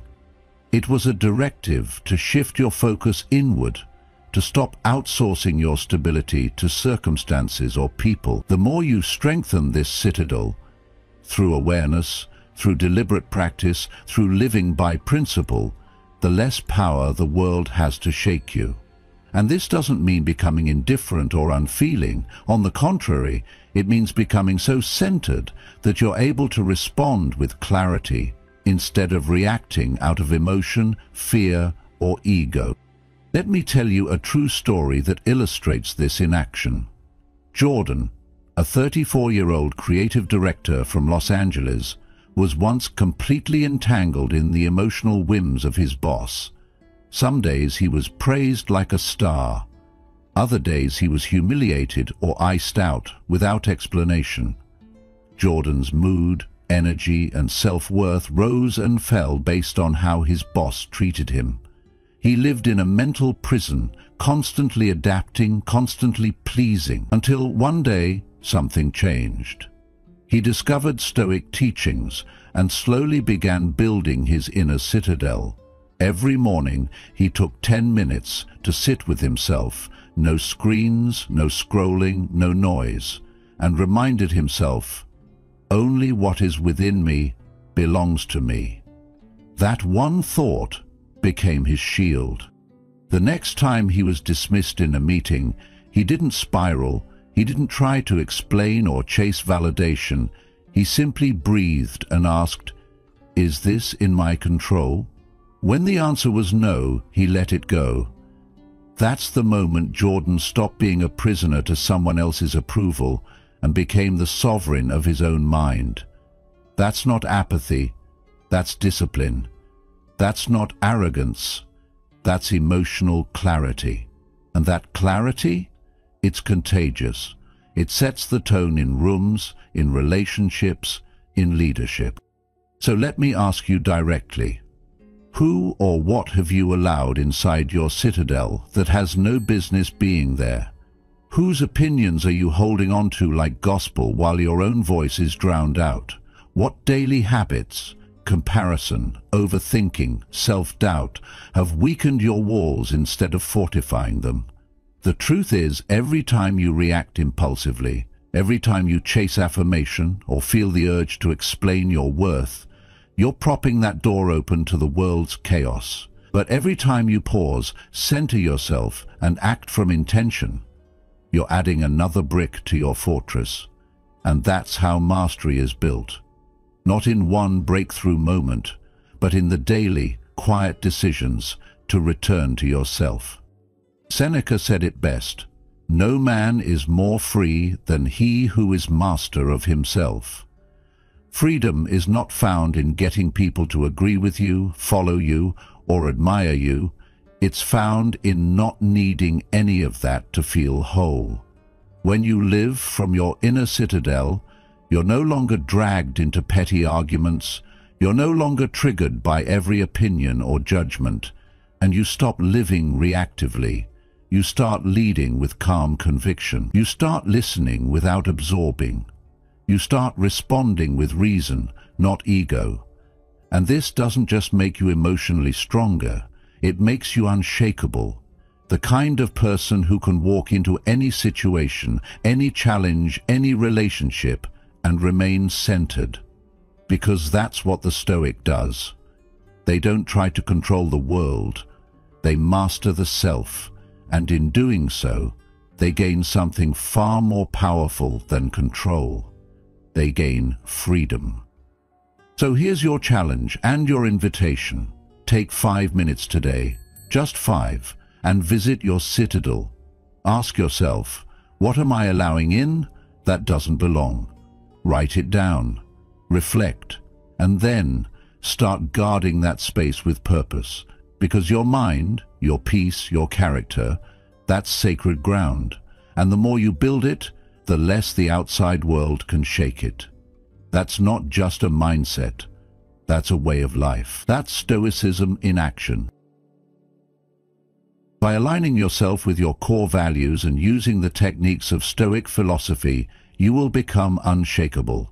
You will no longer be swayed by chaos or the control of others, because your peace, thoughts and emotions are yours to control. Take these lessons to heart and start creating the emotionally sovereign life you deserve. Thanks for following along, and I encourage you to share your journey with us in the comments. Which Stoic techniques will you try first to break free from control? Why people become controlling, a Stoic view. You see, Stoic detachment isn't about running away. It's about keeping your mind from getting caught up in chaos that doesn't belong to you. When you choose peace over conflict, when you choose clarity over reactivity, you're living out an ancient yet profoundly modern wisdom. If this has touched a part of you, leave a comment saying, "I choose mindful detachment," to show your commitment to inner peace and self-mastery. And don't leave just yet, because in the next section, we'll explore another crucial element of controlling behavior, the imbalance between emotions and personal values. That's the next key to mastering your emotions and living stoically free. Number 1. Control is a mask for fear. Control is a mask for fear. And the moment you truly understand this Stoic truth, your entire perspective begins to shift. Have you ever found yourself entangled in a relationship, a friendship, or even a family dynamic where someone always has to be in charge? Maybe they constantly question your choices, demand justification for your actions, or try to dictate how you live, where you go, or who you see. On the surface, it can feel like overbearing concern, intense love, or even leadership. But when you strip away the performance, the Stoic lens helps you see what lies beneath. Not power, not confidence, but fear. The kind of fear that whispers, "If I don't control this person, I might be left behind." The fear of being abandoned, being irrelevant, being unloved. And when fear sits at the wheel, control becomes its disguise, a mask used to hide emotional vulnerability. Marcus Aurelius taught, if someone does wrong, it is because they are mistaken about what is good. And so it is with those who control. They believe the only way to feel secure is to dominate their environment, including the people in it. Let's take this to a real-life example. Imagine a romantic partner who checks your phone without asking, insists on knowing where you are at all times, and questions your tone or your choices constantly.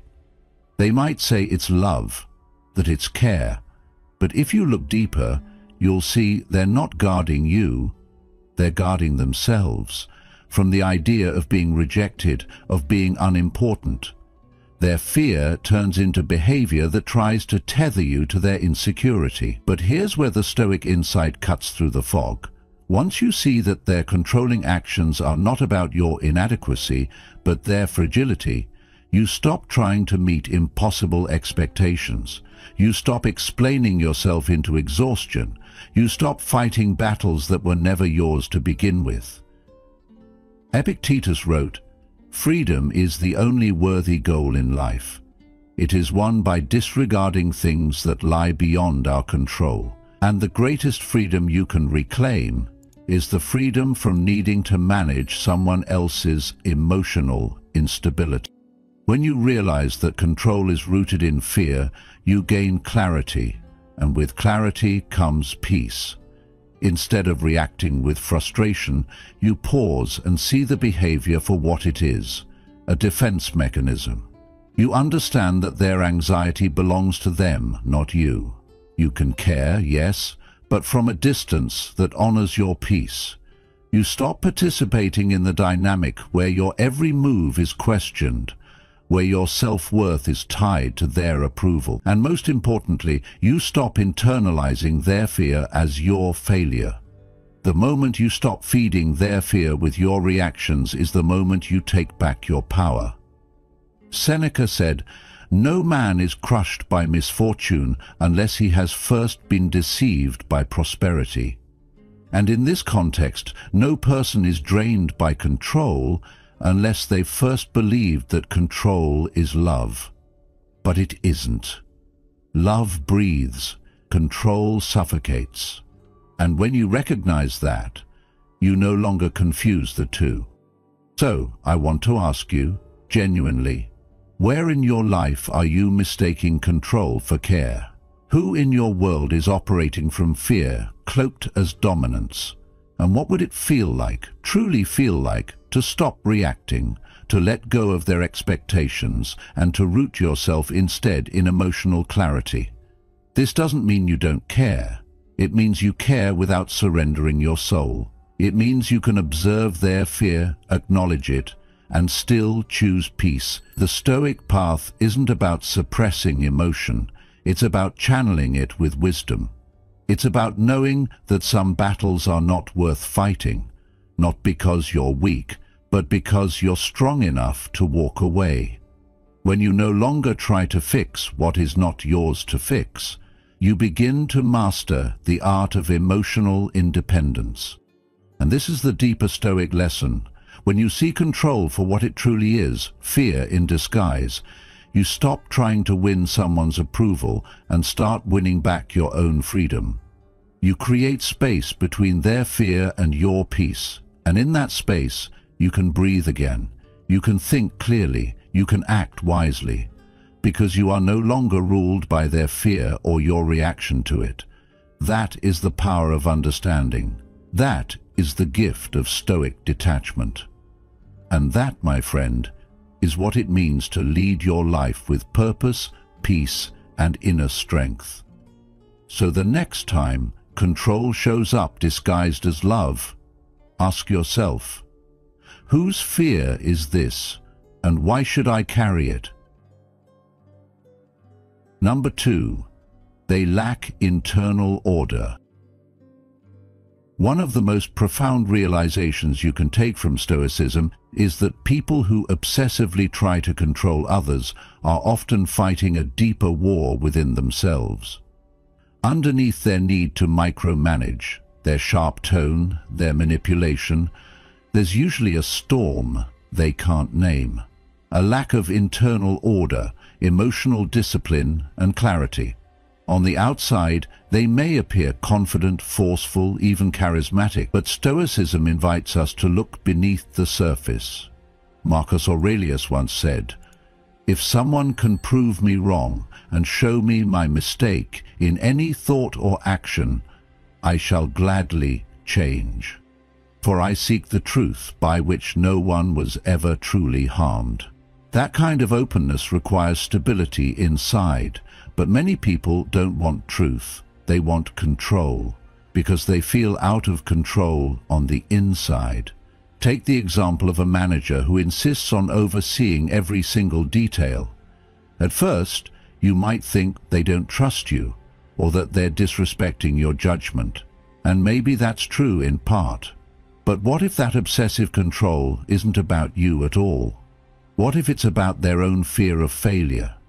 What if they feel insecure in their role, afraid of being exposed, or desperate to cling to something solid in a world that overwhelms them? When you start seeing controlling behavior through that lens, not as an insult but as evidence of internal disorder, everything shifts. You stop taking it personally. You stop reacting with guilt, frustration, or the urge to fix them. You understand that their storm is not yours to manage. This is the Stoic way, recognizing what belongs to you and what doesn't. Their mind, their fear, their compulsions, those are not your responsibility. But your response, your boundaries, that's all you. And the beauty of Stoic clarity is that you can hold your line without needing to fight. You don't have to argue. You don't have to prove your worth. You simply don't absorb their chaos. You don't let their disorder leak into your spirit. You protect your peace, not out of pride, but out of respect for yourself. This doesn't mean becoming passive or silent.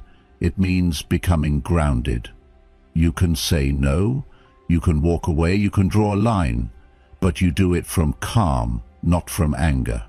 You act with dignity, not defensiveness, because you know deep down that you cannot give someone else emotional balance. They have to build it themselves. Your job is not to carry their instability, but to strengthen your own. And when you understand that, you start to see controlling people not as threats, but as people in pain. That doesn't mean you excuse their behavior, but it does mean you stop letting it shake you. Epictetus would remind you, it's not events or people that disturb us, but our opinions about them. So change your perspective and you change your power. Let me ask you, who in your life is trying to control you? And what fear might be driving them? What piece of your peace have you given away in the name of keeping harmony? What would it look like to reclaim it, quietly, firmly, without needing them to change first? This is what modern Stoicism calls us to do. Choose clarity over chaos, self-command over reaction. At the end of the day, their disorder doesn't have to become yours. Their fear doesn't get to dictate your choices. Their need to control does not require your surrender. You are free the moment you decide to be, and that freedom begins with understanding. I comment saying, I choose inner stability to show your commitment to emotional self-control and intellectual stability. Number 3. Past trauma shapes present behavior. One of the most eye-opening Stoic lessons we can carry into our daily lives is the understanding that controlling behavior often grows from past wounds, not malice. Many people who dominate, micromanage, or manipulate aren't trying to be cruel.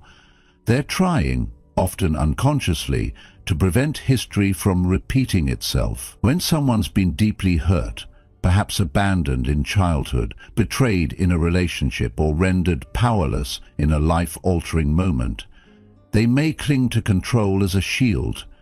It becomes their way of building walls where they once felt exposed.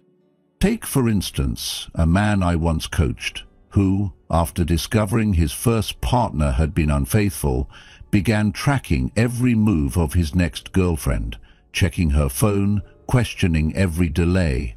To him, this wasn't abuse, it was protection. But to her, it felt like imprisonment.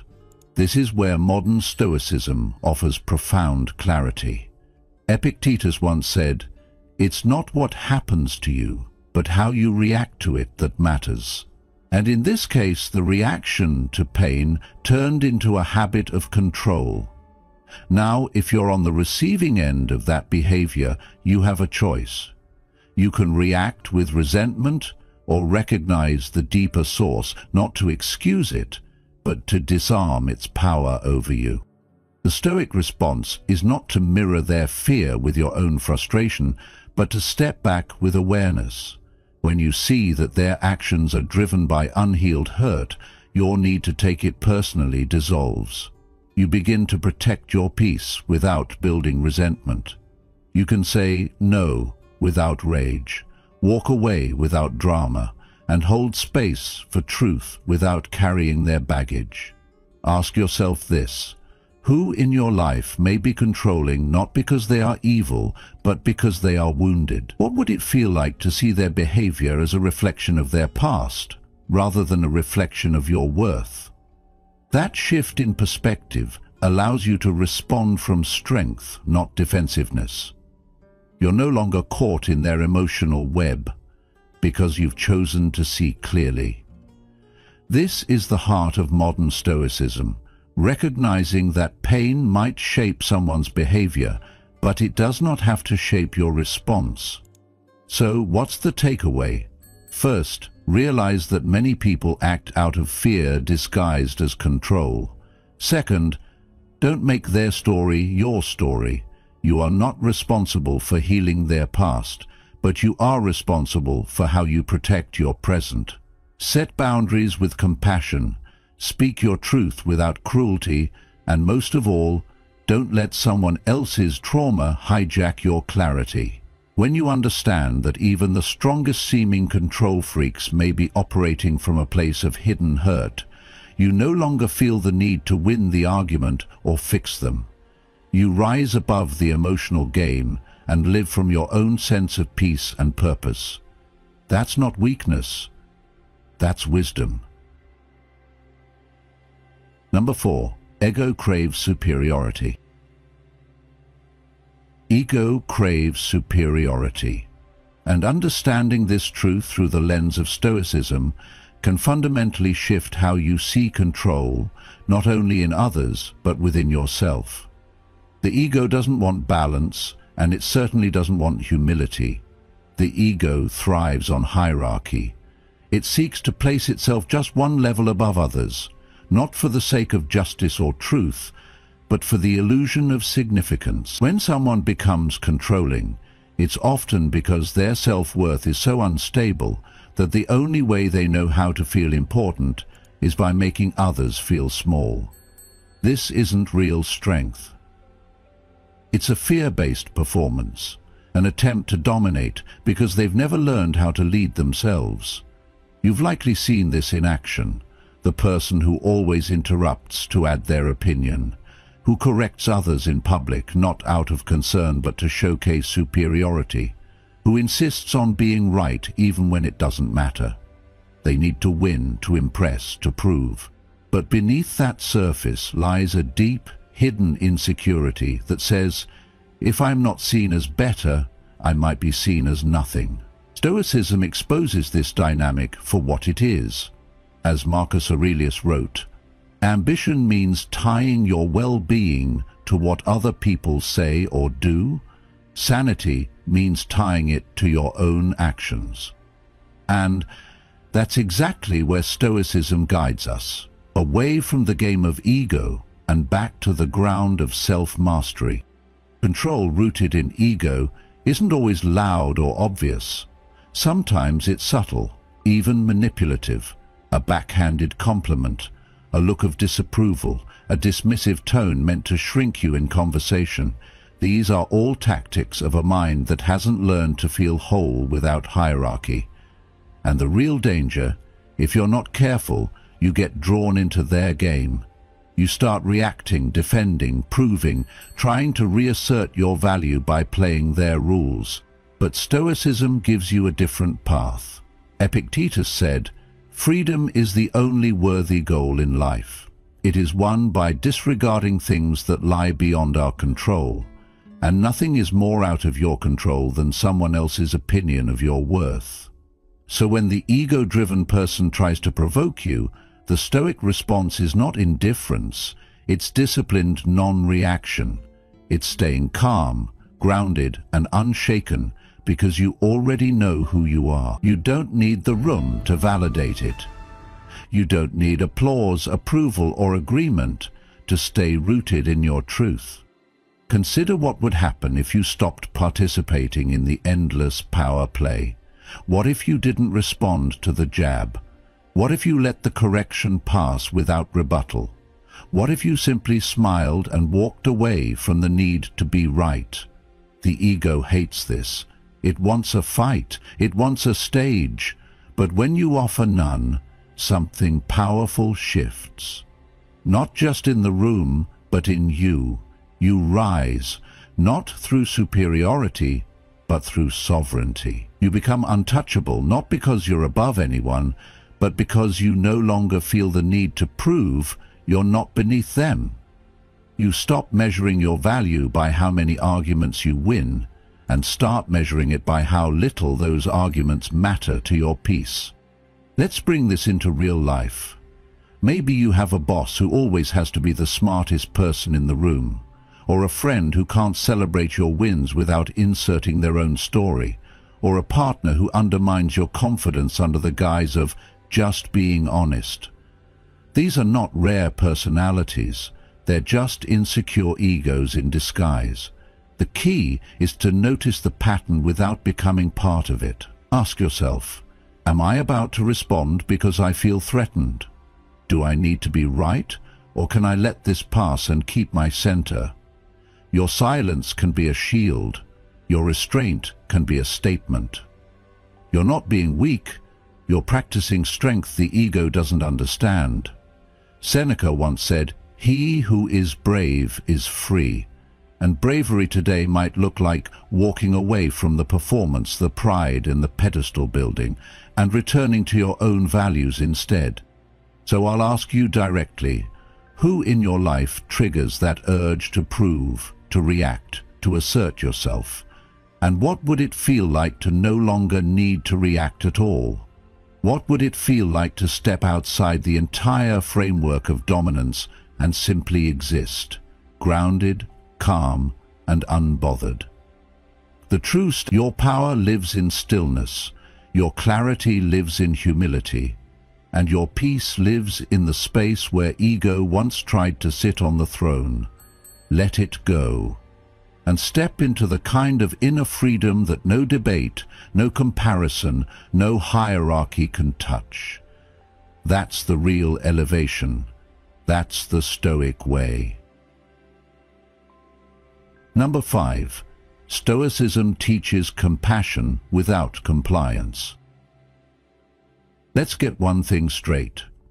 When we talk about detachment in Stoicism, we're not talking about shutting people out, going numb or becoming cold. We're talking about one of the most misunderstood but essential Stoic secrets: detachment as a form of protection, not punishment. You see, detachment doesn't mean you stop caring. It means you stop carrying. It means you stop letting someone else's instability, chaos, or control define your inner world. As Marcus Aurelius wrote, "You have power over your mind, not outside events. Realize this and you will find strength." That's exactly what detachment offers. A way to reclaim your strength by shifting your attention from what others do to how you respond. And when someone in your life, be it a partner, family member, or friend, becomes overly critical, manipulative, or emotionally demanding, detachment becomes your anchor. You're not walking away to punish them. You're stepping back to protect your peace. That difference is everything. Because you're not trying to win, you're trying to breathe. And breath, real, deep, uncluttered breath, can only exist in space, not in suffocation. Let me tell you about Angela, a 46-year-old business owner from Austin who had built her company with resilience but was emotionally exhausted by her younger sister. Her sister would call daily, spiral into chaos, and dump all of it onto Angela, expecting her to fix it. Always. For years, Angela believed that love meant always being there, always solving, always absorbing. But Stoicism helped her see differently. Through the lens of Epictetus, she realized some things are up to us and some things are not. Her sister's choices? Not up to her. Her own emotional availability and mental space? Entirely up to her. So she started to gently but firmly shift. She no longer picked up every call. She didn't rush in to play the hero. She listened, but with boundaries. She ended conversations when they turned toxic. And the amazing thing? The sky didn't fall. The world didn't end. Instead, for the first time, Angela told me, I felt like I had room to breathe. That's the power of detachment. It's not distance for the sake of coldness.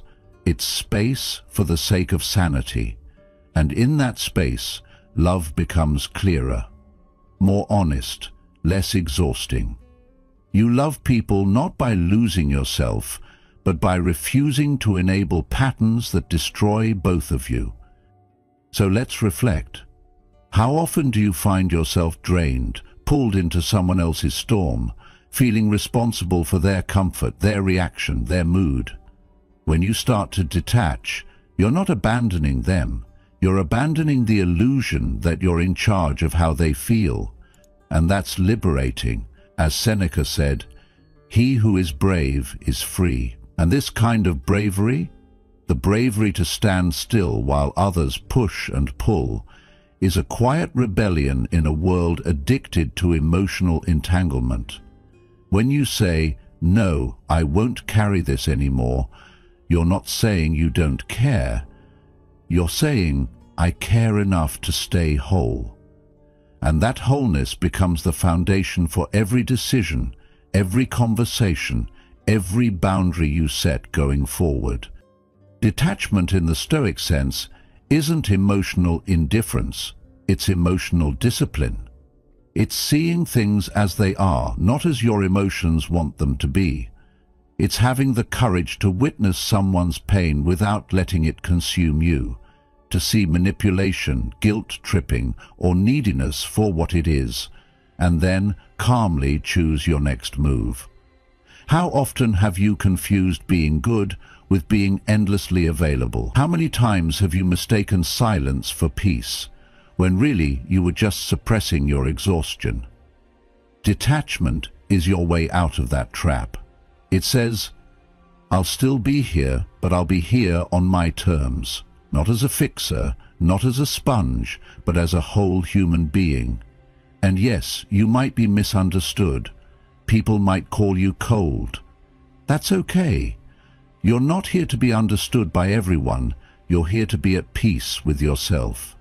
So where in your life do you need to pull back, not because you don't care, but because you've been caring in a way that costs you too much? What relationship, what conversation, what repetitive emotional trap do you need to take a step back from, gently, firmly, and with clarity? Stoic detachment is a choice, a conscious, courageous act of reclaiming your energy. It's not the absence of love. It's love with boundaries. It's presence with protection.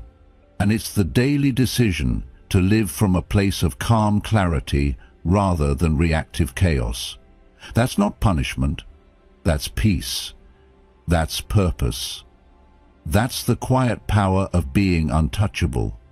Not because you don't feel, but because you know exactly where your center is and you've chosen to live from it unapologetically in their minds tomorrow.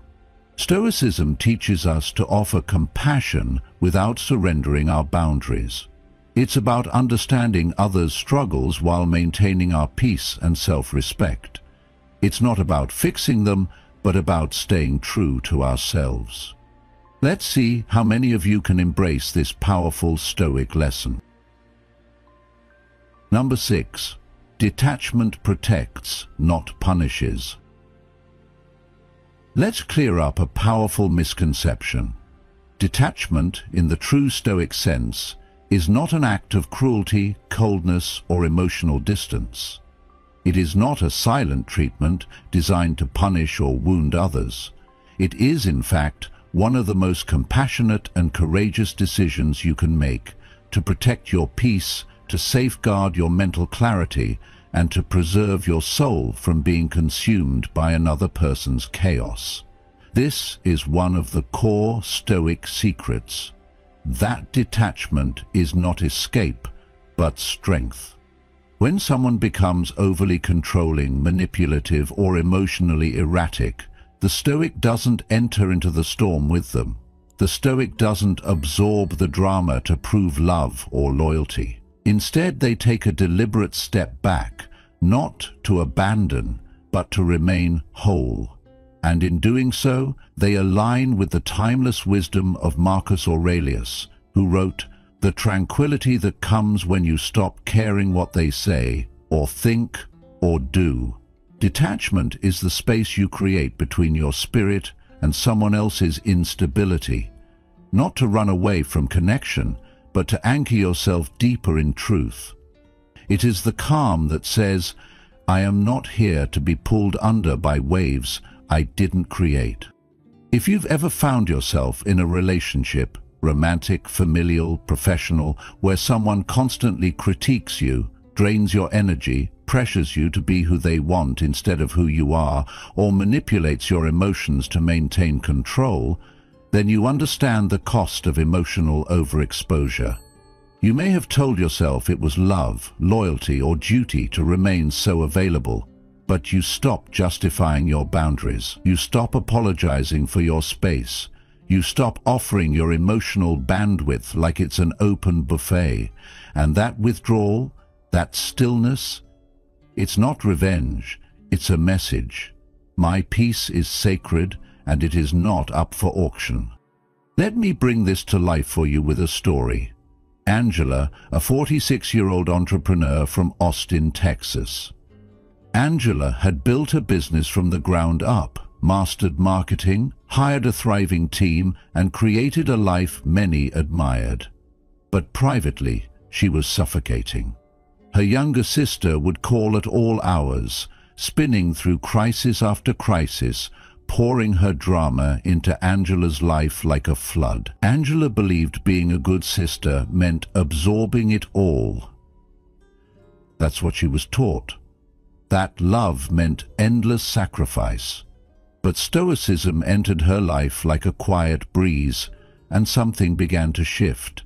She realized she could care deeply without collapsing under someone else's emotional weight. She stopped picking up late-night calls. She stopped fixing problems that weren't hers to fix. She stopped feeling guilty for needing space.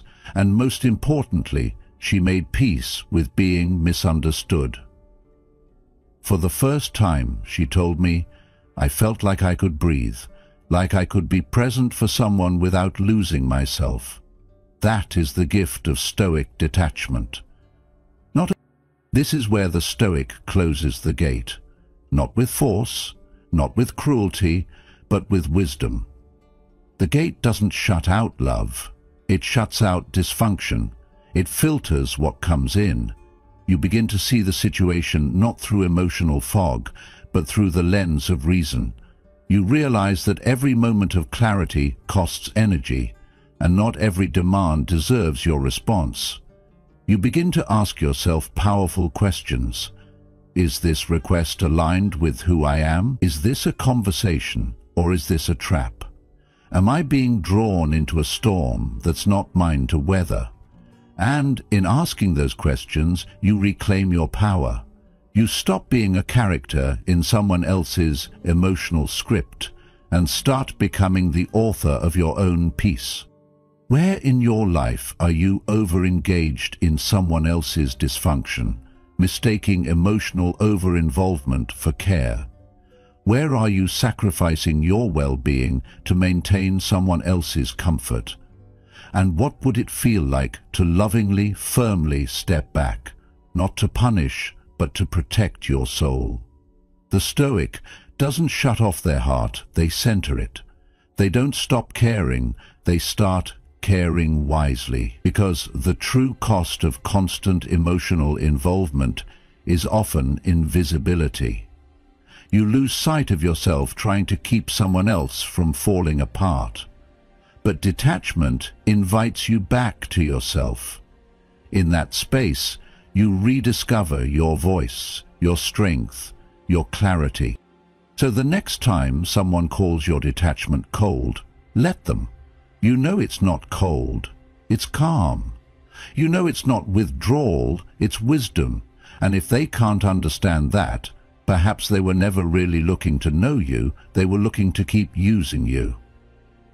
The Stoic doesn't detach to wound, they detach to remain whole.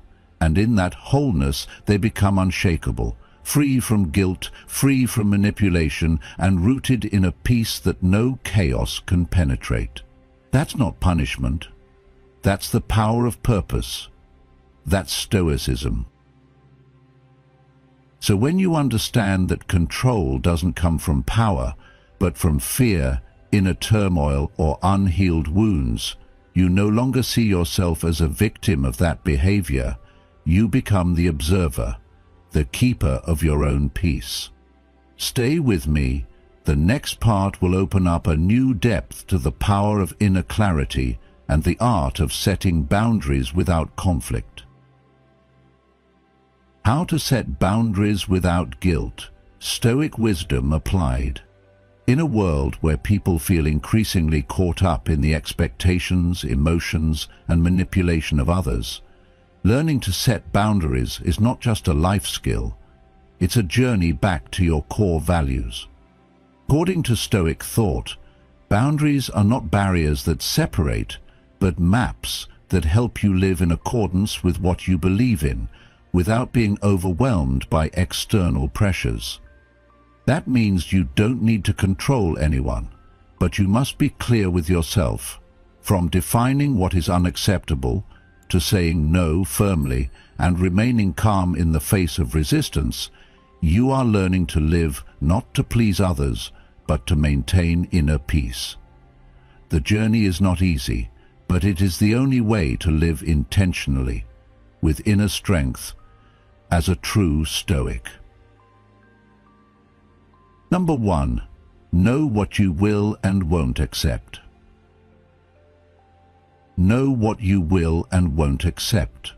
This is the first and perhaps most essential law of inner strength, not just in Stoic philosophy, but in the very architecture of a peaceful, self-directed life.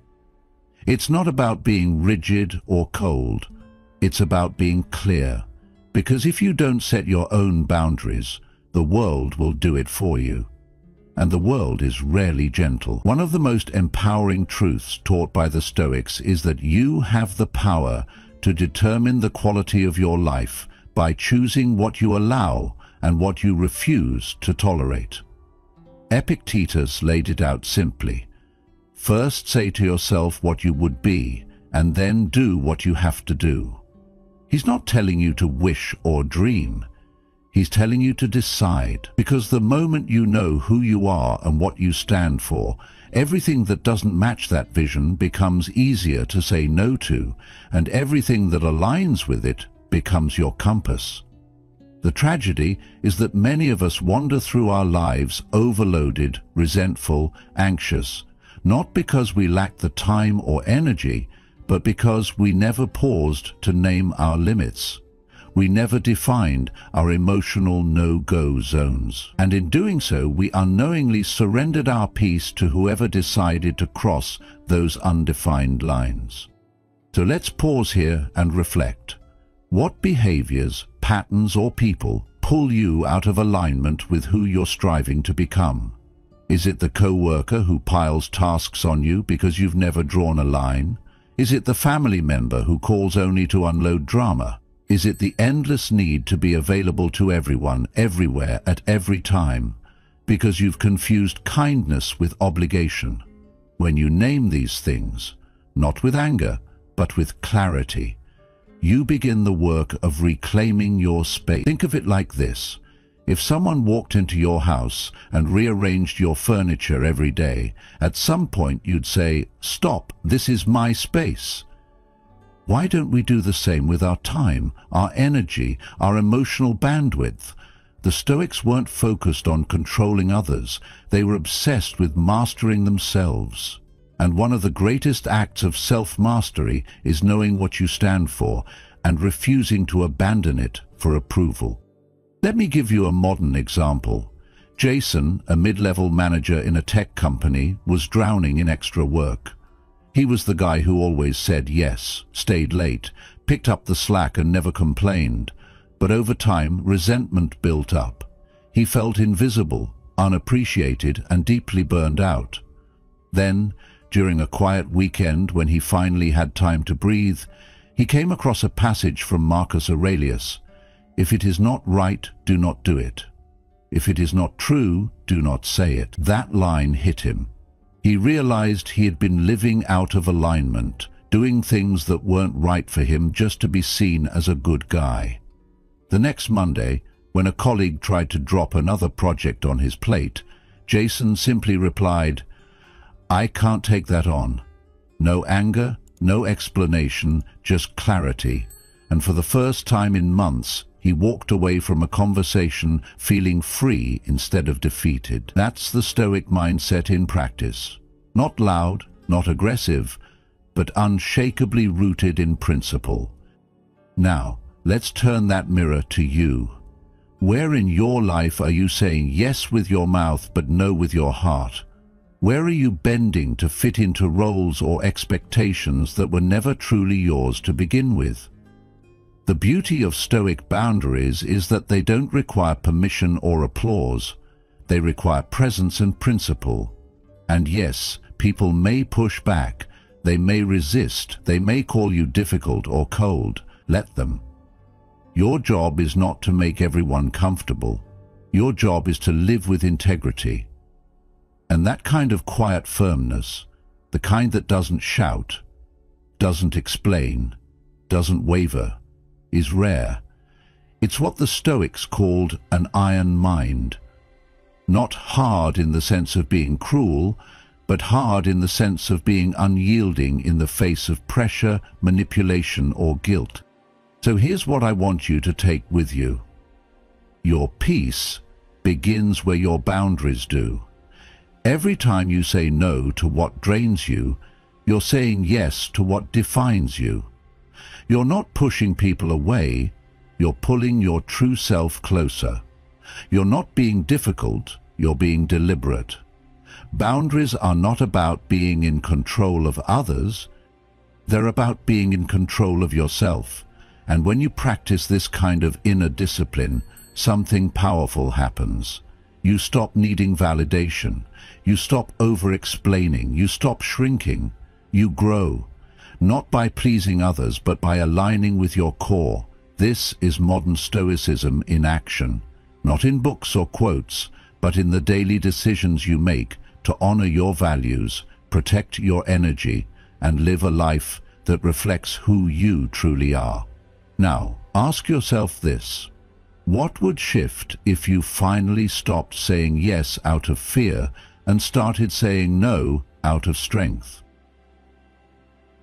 Number 2, say no without explaining everything. Let's talk straight, because that's exactly what the Stoics would do. You've probably had moments where you didn't want to say yes, but felt pressured to explain, to justify, to dance around a no like it needed a permission slip. But here's the Stoic lesson worth carving into the doorframe of your life. No is a full sentence, and you don't owe anyone the emotional labor of making them feel better about your boundary. In fact, as Epictetus put it, keep your will in harmony with nature. And part of that natural harmony is honoring your inner limits without apology. When you say, "No, I'm not available," you are not being rude. You're being responsible to your time, your peace, your path. There's power in silence after a clear no. The more you explain, the more room you give for guilt and negotiation to sneak in. Think of Marcus Aurelius, the Roman emperor and Stoic philosopher, who managed an empire yet still wrote, "You have power over your mind, not outside events. Realize this and you will find strength." Your availability is not a product to be bartered. Your peace is not a favor you hand out. It's your duty to protect both. Let's bring it into real life. There's a woman named Nee who works full-time, cares for her parents, and is trying to finish a book she's been dreaming of for years. Every weekend, her friend would call, expecting her time and getting upset when she declined. At first, Nee felt guilty and over-explained. "I've got chores, I've got errands, I need some quiet," but it never worked. The friend kept pushing. One day, Nee paused, took a breath, and simply said, "No, I'm not available." That was it. No follow-up. The silence afterward wasn't easy, but it was powerful. Her friend eventually stopped pressing, and more importantly, Nee got her time back. Time to write, to rest, to be. That is modern Stoicism in motion. No fanfare, just firm alignment with her values. So ask yourself, why is it so hard to say no without explanation? Is it because we mistake being agreeable for being kind? Is it because discomfort scares us more than self-betrayal? Seneca once wrote, "If you wish to be loved, love, but that doesn't mean being available for everything. That means showing love to yourself too, by drawing clear lines around your energy. When you stop cushioning your no with justifications, you send a quiet but bold message.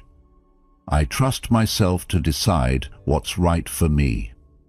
And those who really respect you, they'll hear that message and honor it, even if they don't always like it. Saying no without guilt is a modern Stoic act.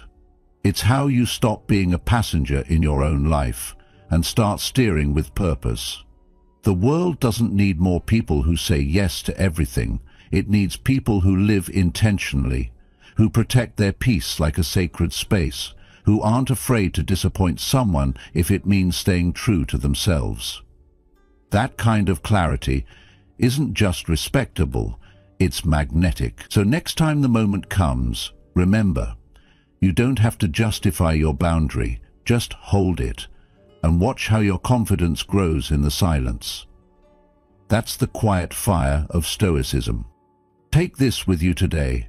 No doesn't need a backstory, it just needs to be real. Your energy is not on loan. Saying no with clarity is saying yes to your deeper purpose. The people who belong in your life won't need convincing. They'll meet you at the boundary and still call you a friend. Now ask yourself, what might open up in your life if you started saying no from a place of strength instead of guilt? Comment "I am Stoic" if you've ever had to stand firm in a difficult moment without having to explain yourself to anyone. Your presence and interaction not only motivates us to continue creating valuable content, but also serves as a beacon of inspiration for others seeking solitude in this chaotic world. Number 3. Expect resistance and stay firm. One of the most empowering and yes, often uncomfortable principles in the Stoic toolkit is this: expect resistance and stay firm. This idea may sound simple, but when you begin to implement it, especially in the realm of personal boundaries, you quickly realize how radical and transformative it truly is. You see, for a long time, you might have been the person who always said yes, who bent over backward, who silenced your needs to avoid conflict or keep the peace. And during that time, others may have unknowingly or knowingly benefited from your lack of boundaries, from your emotional labor, your flexibility, your silence. So when you finally begin to reclaim your space, to speak your truth with clarity, it should come as no surprise when their comfort is shaken. The guilt-tripping begins. The passive comments like, "You've changed," or "You're being distant," start showing up. But here's the Stoic secret. That's not a problem. That's proof that your boundary is real. As Marcus Aurelius reminded us, The object of life is not to be on the side of the majority, but to escape finding oneself in the ranks of the insane. And often, the crowd we're escaping is the set of unspoken expectations others placed on us and that we silently accepted. Let's talk about the emotional stories we tell ourselves in these moments of resistance. Epictetus wisely said, "It is not events themselves that disturb us, but our opinions about them." The discomfort doesn't come from setting the boundary. It comes from what we fear that boundary means. They'll think I don't care. They'll leave me. I'll be alone. These aren't truths. They're inner narratives shaped by fear, people-pleasing, and a deep-rooted belief that our worth is tied to how much we endure. Modern Stoicism calls on us to challenge these narratives, not with arrogance, but with clear, quiet truth. Imagine you've always been the one to answer texts late at night, be available for emotional processing at any hour, and now, for the sake of your mental health and sleep, you decide to stop responding after 9 p.m. The first time you do it, the other person may feel slighted, confused, or even hurt. But you didn't disappear, you didn't attack, you simply honored your well-being. And here's the truth: those who care about you, not just your availability, will adapt. Those who don't may pull away, not because you did something wrong, but because they were only ever loyal to the version of you that had no boundaries. The beauty of this process is that it refines your relationships. It reveals who's willing to meet you where you are, in maturity, in respect, in mutuality. It clears away the noise of shallow expectations and exposes what's solid and meaningful, and in doing so it strengthens what the Stoics called the ruling faculty, your reason, your will, your core.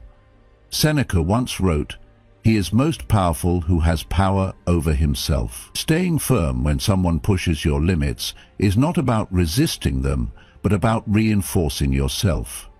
It's not about confrontation, it's about consistency. And yes, it can feel lonely, change often does, but the kind of solitude that comes from living in integrity is far more nourishing than the togetherness built on self-betrayal. So, I'm asking you, gently but directly, where in your life have you been trading your inner peace for someone else's comfort? Where have you hesitated to speak a boundary because you feared the fallout more than the fatigue? What would it feel like to hold your line, calmly and clearly, even when someone challenges it? Picture that moment, your heart steady, your voice calm, your values intact. No anger, no guilt, just quiet strength. That's what Stoic power looks like. It's not loud, it's not defensive, it doesn't demand validation, it simply is. And in a chaotic world, that kind of presence is rare and deeply needed. Each time you stay firm, you build an inner fortress, not made of walls, but of clarity, of peace, of a life lived on purpose. So don't let resistance fool you into retreat. Let it remind you that you're growing. Let it test your resolve, and then let it pass. Because the goal is not to be liked by everyone. It's to live in alignment with who you truly are. And that, my friend, is how you lead yourself. With calm, with clarity, and with the kind of enduring strength that Stoicism was made to forge. Number 4. Use I statements to stay centered. When you're setting boundaries, the way you communicate can be just as important as what you communicate. And this is where one of the timeless Stoic secrets proves its practical power. Using I statements. This simple yet profound technique doesn't just help you express your needs clearly, it protects your peace, preserves relationships, and builds emotional maturity. You see, when we express boundaries with blame or accusation, even if we're right, we often trigger the other person's defenses. But when you speak from your own experience, you create an opportunity for understanding instead of conflict. This practice embodies one of the deepest Stoic principles: let reason lead emotion. Marcus Aurelius once said, "If someone is able to show me that what I think or do is not right, I will happily change, for I seek the truth, by which no one was ever truly harmed." That quote speaks to a core truth. The point of a conversation isn't to win, it's to clarify. And when truth becomes more important than ego, your communication transforms. Let's break it down in a real-life way. Say someone in your life regularly offloads their problems onto you, venting endlessly without ever asking if you're in a place to listen. The natural response might be frustration or even resentment, but instead of lashing out with, "You're exhausting me," which centers the blame, a Stoic approach would be, "I feel drained when I don't have space to reset." Do you see the shift? The first response puts them on the defensive. The second honors your reality while staying grounded and respectful. And that's not weakness, that's power, guided by reason.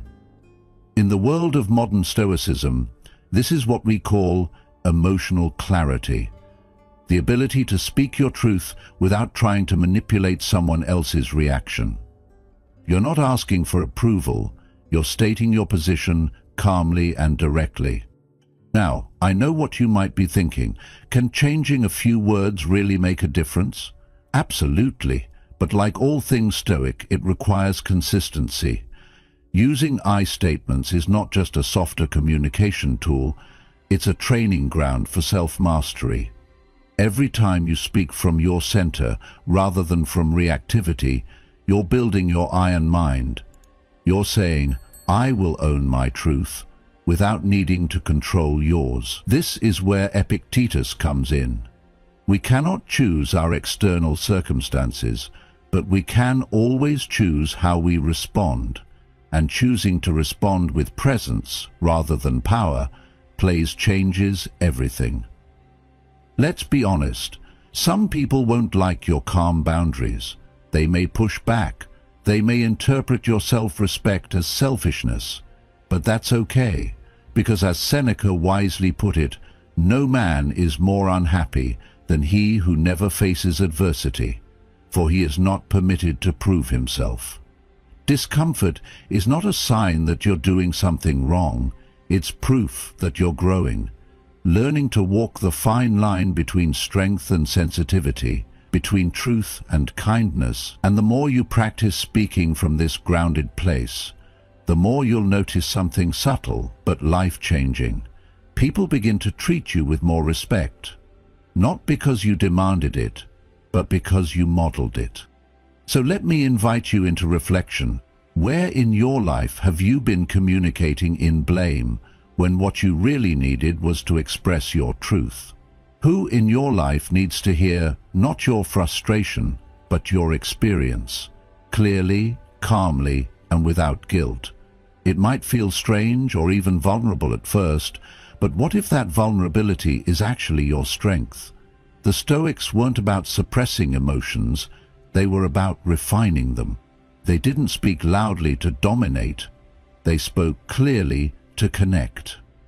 When you use I statements, you shift from reaction to responsibility, from noise to presence. And here's a powerful question to take with you.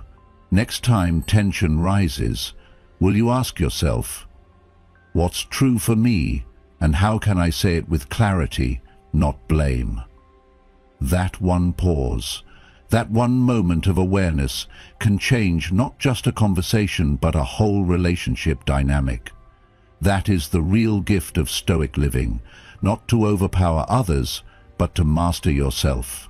So today, speak from truth, stay rooted in reason, and let your presence do the work. Because clarity is kindness, and truth, when expressed well, always brings peace. Number 5, set emotional, not just physical, boundaries. One of the most vital, yet most often ignored lessons in Stoicism is this: you must set emotional boundaries, not just physical ones, if you truly want to protect your peace, maintain your clarity, and live with inner strength. It's easy to notice when someone stands too close, takes your seat, or enters your space uninvited. Those are tangible boundaries, and society generally accepts the need to respect them. But what about the invisible boundaries? The lines that guard your mind, your emotional reserves, your inner world. These are far more subtle, yet far more impactful when violated.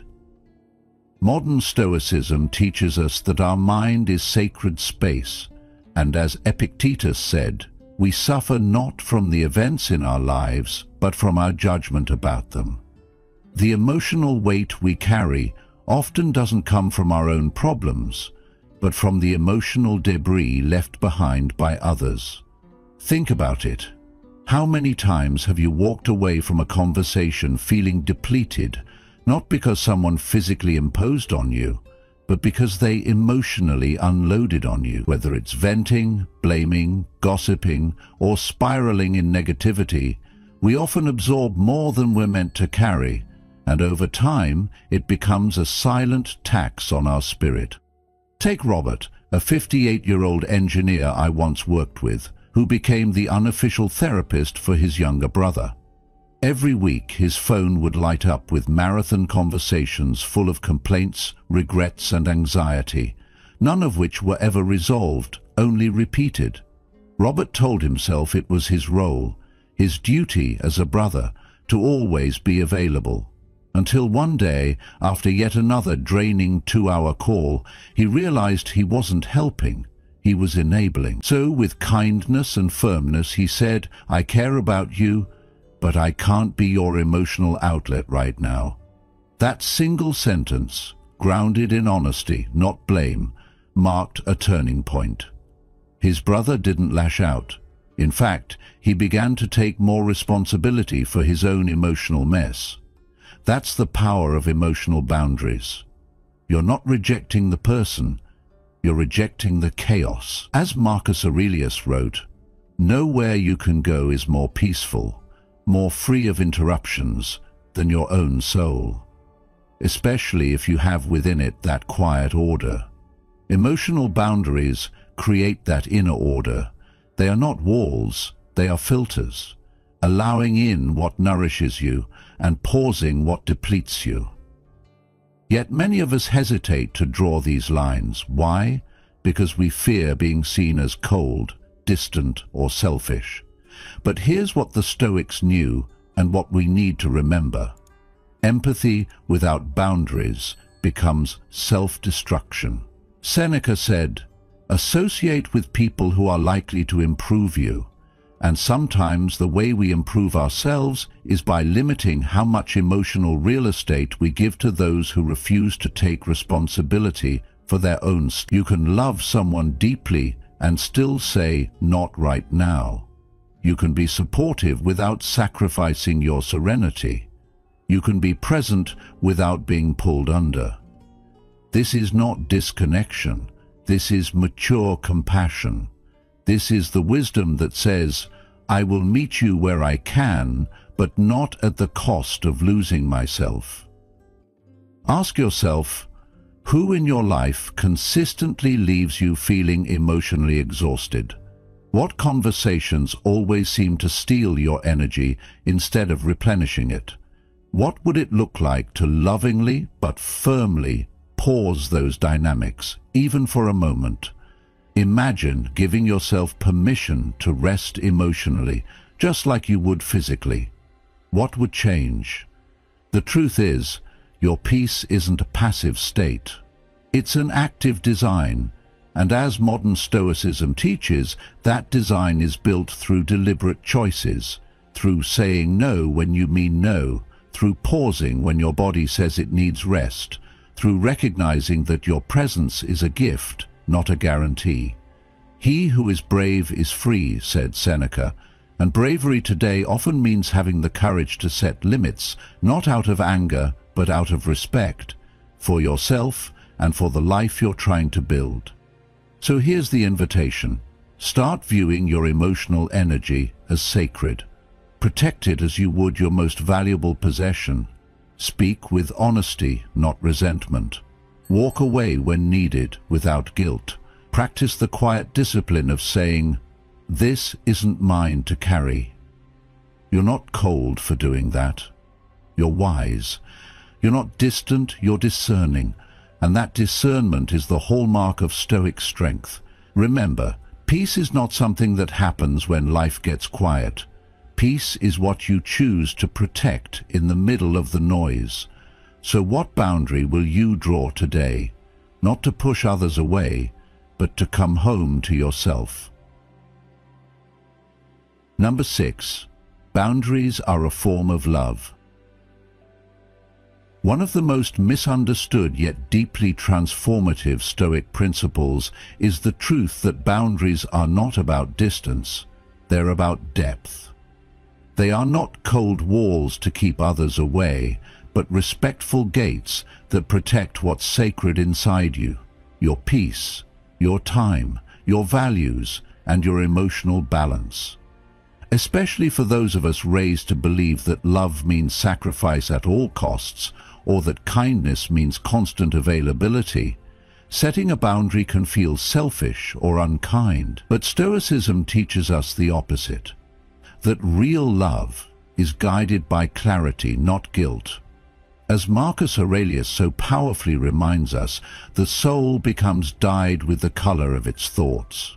And when your thoughts are soaked in fear of rejection, the need to be liked, or the inability to say no, then every relationship you're in begins to reflect that inner confusion. But when you act from a place of self-respect and clear intent, your boundaries become the foundation for stronger, healthier, more honest connections.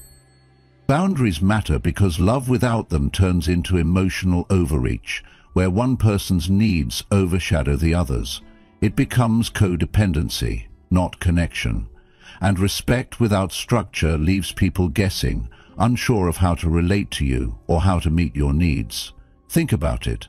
If someone repeatedly interrupts your solitude or assumes you're always emotionally available and you say nothing, that silence isn't kindness, it's self-abandonment. The Stoic way invites a better approach, calm, direct, compassionate truth. Something like, "I value our time together, and I also need space to recharge. Let's find a balance that works for both of us." That's not rejection, that's responsible intimacy. You're teaching people not just how to love you, but how to do so in a way that's sustainable and respectful to both sides. Modern Stoicism teaches us that truth, when expressed clearly and consistently, builds bonds that are far stronger than obligation or unspoken resentment.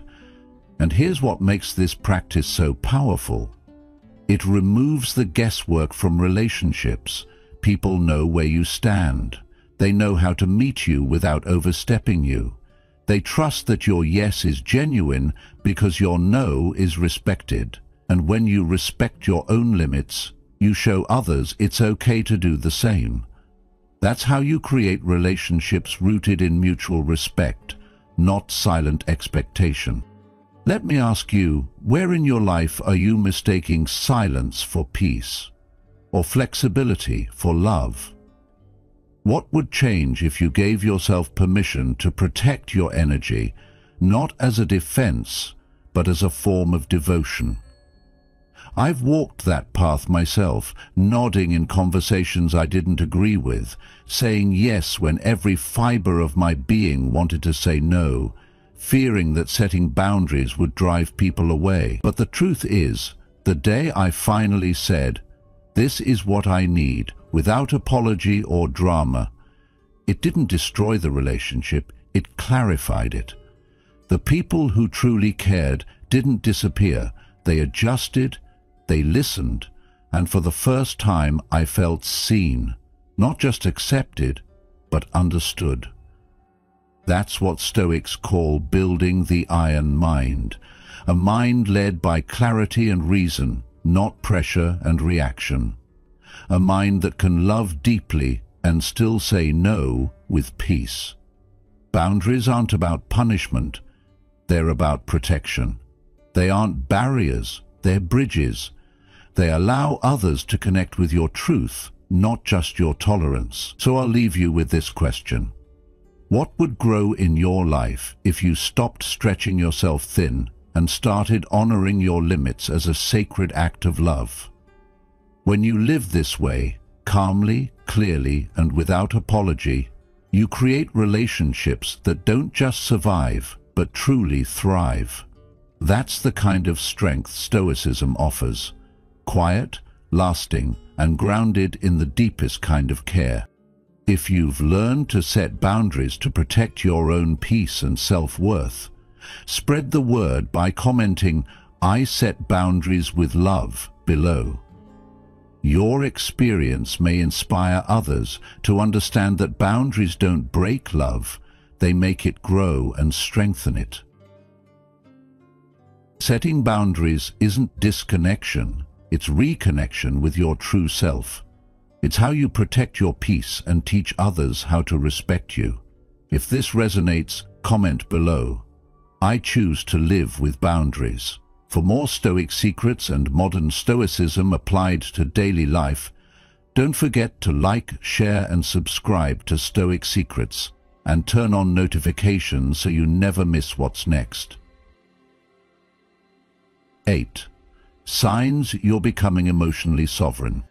Start by speaking directly to the audience with an emotional hook. Have you ever felt like the world has too much access to your peace? Like people's words, moods, or expectations constantly pull you off balance? What if I told you that you could build something inside you that makes you mentally untouchable? Not cold, not numb, but truly sovereign. Let them know this isn't about apathy, it's about freedom. Number 1. You respond, not react. Let me ask you something. Have you ever noticed how much power others hold over you when you react without thinking? When someone throws a careless comment your way and you immediately lash out, who's really in control at that moment? Is it you or is it them? The Stoics would say, it's not you. True strength, they believed, doesn't lie in domination over others, but in mastery of yourself. The first Stoic secret to breaking free from being controlled or becoming controlling is this: you respond, not react. When you stop letting every insult, disagreement, or unexpected twist pull your emotional strings, you take a massive step towards self-mastery. It's the art of pausing, of creating that sacred space between stimulus and response. It's not what happens to you, but how you react to it that matters, Epictetus once said. Think about that. The event itself is neutral. It's our interpretation that fuels our emotional chaos. Now, imagine the kind of person who doesn't immediately take the bait in an argument. They don't let a snide remark dictate their mood. They're calm, composed, and aware. That's emotional sovereignty. They don't surrender their peace just because someone else lost theirs.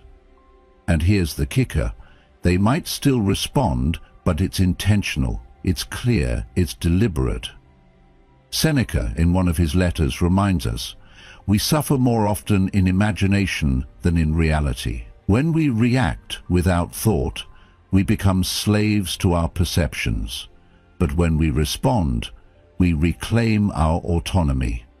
So ask yourself this: how often do you respond in life, and how often do you just react? When was the last time you caught yourself in the moment, just before anger rose or anxiety flared, and chose a better path? These moments, small as they may seem, are profound victories. Marcus Aurelius, the Roman emperor and Stoic sage, once wrote in his Meditations, "You have power over your mind, not outside events." Realize this, and you will find strength. That's not just philosophy. It's a battle cry for the soul, and it speaks directly to the issue of control. Why do people become controlling? Often it stems from fear. Fear of uncertainty, of being hurt, of being vulnerable. So instead of mastering themselves, they try to master everyone else. But the Stoic way turns this logic on its head. If you truly want control, start within. Learn to govern your thoughts. Train your emotions. Don't let fleeting impulses shape your permanent character. Being unshaken doesn't mean you're cold or passive. It means you are present, aware, capable of choosing your next step rather than being pushed into it by your environment. And that, my friend, is true control. It's not about forcing the world to bend to your will. It's about aligning your will with nature. That's what Epictetus called living in accordance with nature, where you accept what's outside your control and master what's within it. So, can you see how this shift from reaction to response starts to free you? How it subtly reclaims the power you unknowingly give away? And more importantly, can you feel what kind of life becomes possible when you no longer allow every breeze to toss you like a leaf in the wind? That's the life of a Stoic. Not rigid, but rooted. Not emotionless, but emotionally wise. The next time you feel provoked, take that pause. Let the moment pass through you like wind through branches. Choose your response.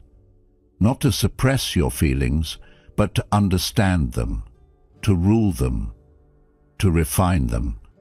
This, dear listener, is where transformation begins, and it's only the first step in understanding why people become controlling, and how Stoicism offers a path not to control others, but to command yourself. Stay with me, because what comes next will dive even deeper into the roots of control, ego, and inner freedom. After all, as Marcus Aurelius put it, the happiness of your life depends upon the quality of your thoughts. So what are you feeding your mind today? Number 2, you value silence over validation. In a world that constantly rewards loud voices and endless explanations, choosing silence is an act of rebellion. A quiet, powerful statement that your peace is not for sale. You stop explaining yourself just to be understood. You no longer feel the need to defend your decisions just to earn someone's approval. You come to understand what Epictetus taught. If someone speaks badly of you and it's true, correct yourself. If it's a lie, laugh at it. That mind shift from seeking validation to valuing clarity marks the beginning of real Stoic confidence. Modern Stoicism teaches us that stillness is strength, not weakness. You've recognized that your value doesn't increase with volume. In fact, the louder the world gets, the more powerful your silence becomes. You begin to choose peace over praise, and that's when your inner transformation starts to show. You no longer look for confirmation in applause. You find it in your own alignment with virtue and purpose. I once met a woman, a startup founder, who was constantly told she was too quiet, too calm, not forceful enough. People questioned her leadership style all the time. Eventually she stopped explaining herself. She led with clarity and purpose instead. Her business grew, her team thrived, and she created a culture grounded in respect and quiet strength. She didn't need to shout. Her results spoke for her. That's what modern Stoicism looks like in action. So let me ask you, who are you still trying to convince, and why? What if you let your actions speak for you? What if being grounded in your values was enough? Marcus Aurelius once said, "The best revenge is not to be like your enemy." Maybe the best response to being misunderstood isn't more noise, It's standing firm in who you are. Here's the Stoic lesson to carry with you. Silence doesn't mean surrender. It means self-control. Clarity is more valuable than approval, and the most powerful thing you can say is often said in stillness. Hit the like button, subscribe, turn on the notifications, and drop a comment that says, "I'm not looking back, I'm leveling up," because the climb begins when the noise fades and the silence becomes your strength. Number 3, you hold the line without guilt. In today's world, where many people feel pressured to say yes just to avoid conflict or be liked, the ability to say no firmly and without guilt is a rare sign of emotional maturity. But when you live by Stoic principles, you begin to see that protecting your peace is not selfish, it's essential. You learn to draw a clear line, not out of anger or ego, but from a place of calm self-respect. And when that line is crossed, you don't lash out or lose your center. You simply stand firm. You don't need to justify your limits to anyone. They are not threats. They are truths. Seneca said it best, "No man is more free than he who is master of himself." That kind of freedom comes when you stop apologizing for having needs. Stop over-explaining your choices, and stop letting guilt make your decisions for you. You stop living on other people's terms. You stop being manipulated by expectations. This is what it means to have emotional sovereignty, to own your time, your energy, and your values without asking for permission. Marcus Aurelius wrote, "The tranquility that comes when you stop caring what they say, or think, or do, only what you do." That quote hits deep, doesn't it? Because the moment you stop needing others to agree with your boundaries is the moment you step into true inner power. It's the iron mind at work, cool under pressure, unshaken by opinions, grounded in reason. Now let me ask you, how many times have you said yes when every fiber of your being wanted to say no? How often have you sacrificed your own peace just to avoid making someone else uncomfortable? And what did that really cost you? The Stoic path is about ending that cycle. It's about drawing the line once, clearly, and honoring it fully, not with force, but with firmness. A boundary isn't a wall, it's a compass. It guides you toward the life that reflects your highest values. And the truth is, people who respect themselves will respect your boundaries too. Those who don't? That's on them, not on you. So from now on, hold the line. Say no when you need to. Don't explain, don't argue, don't shrink. You're not being difficult, you're being disciplined. That's the Stoic secret. Self-restraint is strength. Living on purpose is power. And your peace? It's your responsibility and your right. Number 4, you stop arguing with reality. One of the deepest Stoic secrets is this quiet, liberating truth. Life becomes lighter not when it gets easier, but when you stop demanding it to be something it's not. The moment you stop resisting what you can't control, the traffic that makes you late, the betrayal that stings, the harsh words that echo in your head, you unlock a deeper level of strength, one that doesn't shout but stands firm. You no longer fight reality like it's your enemy. You face it like a seasoned warrior with an iron mind, trained to see clearly and act wisely. This isn't surrender in the way the world sees it. This is wisdom in motion. You breathe, you observe, and you respond with calm, not because you're indifferent, but because you've decided your peace matters more than your pride. You're not trying to win every fight, you're trying to win your freedom. This, right here, is the starting line of real growth. You stop internalizing every setback. You stop taking everything personally, because you realize not everything is about you. That betrayal, it reflects their character, not your value. That missed opportunity, it's a redirection, not a death sentence. You stop turning every inconvenience into an identity crisis. As Marcus Aurelius, the emperor who led through plague and war, reminded himself daily, you have power over your mind, not outside events. Realize this and you will find strength. That quote isn't just inspiring, it's a lifeline. It brings you back to the only thing you've ever truly had control over: how you think, how you act, and how you choose to show up. And now let's get real. How many times have you replayed old arguments, reimagined what you could have said, relived a mistake that no longer exists except in your memory? How many hours, days, have been lost to that exhausting mental tug-of-war? The Stoics called this wasted motion. Epictetus said it best: it's not things that upset us, but our judgments about them. That's the hard truth. Pain is real, but suffering? Suffering is often a choice, a habit, a mental script we keep running long after the scene has ended. And it's not until you change the way you see the world that you change your experience in it. This is the forge where the iron mind is built. When you stop arguing with fate, you stop exhausting yourself in battles you were never meant to win. You begin to walk with reality, not against it.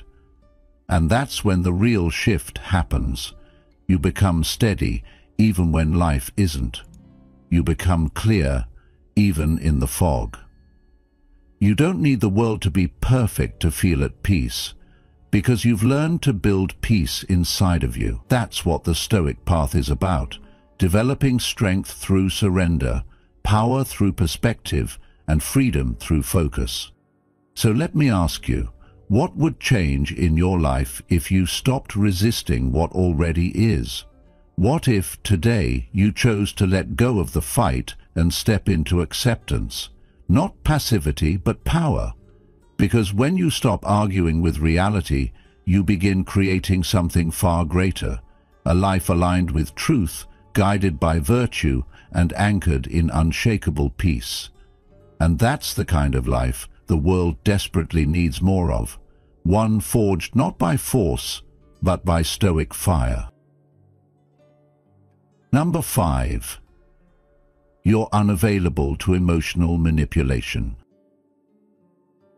When you're no longer swayed by guilt trips, passive-aggressive remarks, or approval-seeking games, something powerful happens.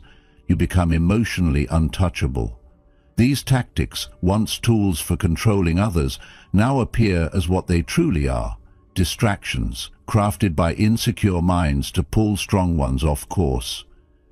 But you don't take the bait anymore. And it's not because you've stopped caring.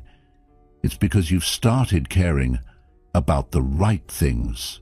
You've made a conscious choice to be rooted in principle, not pressure. That's what makes you unpredictable, and that unpredictability is strength. Modern Stoicism teaches us that emotional clarity comes from aligning your actions with your values, not with other people's expectations. When you live from that grounded place, manipulation loses its grip. I had a friend named James who used to say yes to everything just to keep people happy. He stayed late at work out of guilt. He tolerated cold silence at home because he was afraid of conflict. But then he came across a quote by Epictetus: "No one can hurt you without your consent." That hit him hard. Slowly he started changing. He began saying no without guilt, responding with calm instead of frustration, and living with quiet conviction. His peace no longer depended on how others treated him. It came from how he chose to show up. So, let me ask you, are there places in your life where guilt is making your choices for you? Are you sacrificing your own clarity just to make someone else feel comfortable? Stoic lessons tell us that when you stop needing to be liked, you start becoming who you really are. You don't have to argue. You don't have to explain. You just have to stand where your values tell you to stand. Here's what to take with you. Emotional manipulation only works if you allow it. Your strength lies in knowing what you value, staying true to it, and choosing peace over performance. That's not just self-control, it's freedom, and that's the kind of power that lasts. Number 6. You build your inner citadel daily. There's a Stoic truth that often gets drowned out in today's noisy, hyper-reactive world. Real strength isn't born in the heat of crisis.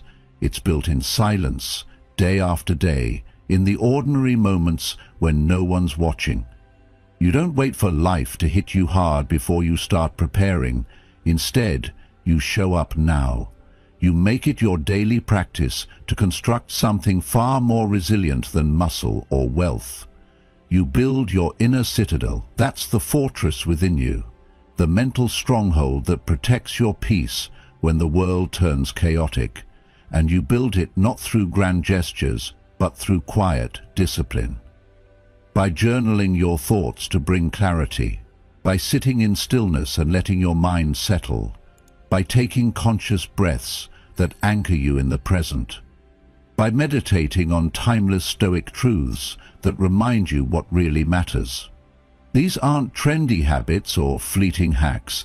These are ancient tools of self-mastery, forged by philosophers who faced exile, war and death, and came out composed. Think about Marcus Aurelius, the Emperor of Rome. Even while leading armies and governing an empire, he carved out moments in solitude to reflect, to write, to understand himself. He didn't wait for peace to find calm, he created it inside himself. As he wrote, "Look well into thyself. There is a source of strength which will always spring up if thou wilt always look." That's not just poetry. It's a command, a challenge, a promise. You don't need perfect circumstances to start.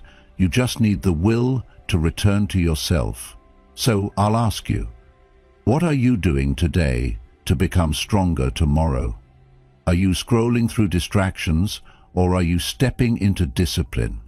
Because in this modern world, resilience doesn't come from knowing more. It comes from practicing better, from doing the hard thing when it would be easier to delay, from choosing growth over comfort. Modern Stoicism teaches that the storms of life aren't rare. They're inevitable. The question is never, will life challenge me? But always, will I be ready when it does? And readiness doesn't come from panic or wishful thinking. It comes from daily training. From deciding each morning that you will not be shaken by what's outside because you've done the work to be steady within. You'll stop saying, "I'll start when things calm down," because you understand the hard truth. Life doesn't calm down. You must. You become the calm. That's the shift. When others lose their heads, you keep yours. When the noise gets loud, you turn inward. And in that silence, you find your edge. So if you want to be the person who stands firm when others fall apart, it starts now. It starts with one moment of stillness, one page of reflection, one decision made not out of emotion but out of wisdom. This is how you build your inner citadel, not all at once, but brick by brick, breath by breath. And in time, that daily devotion becomes something unbreakable. That's not just preparation, that's transformation. That's the Stoic path. And it's open to you every single day.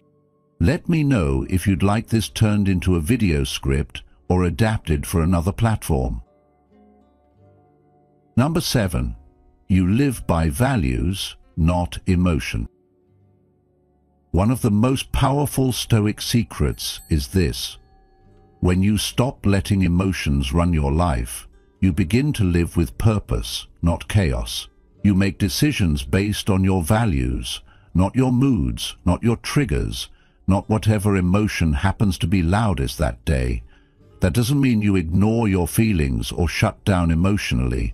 You still feel them, you still listen, but you don't let them take the wheel. You choose the steady path over the impulsive one. And that's not cold, that's strength, that's integrity. Marcus Aurelius once said, "If it is not right, do not do it. If it is not true, do not say it." He was reminding us that a life guided by virtue, by wisdom, courage, justice, and self-control is a life you can be proud of, even when things around you fall apart.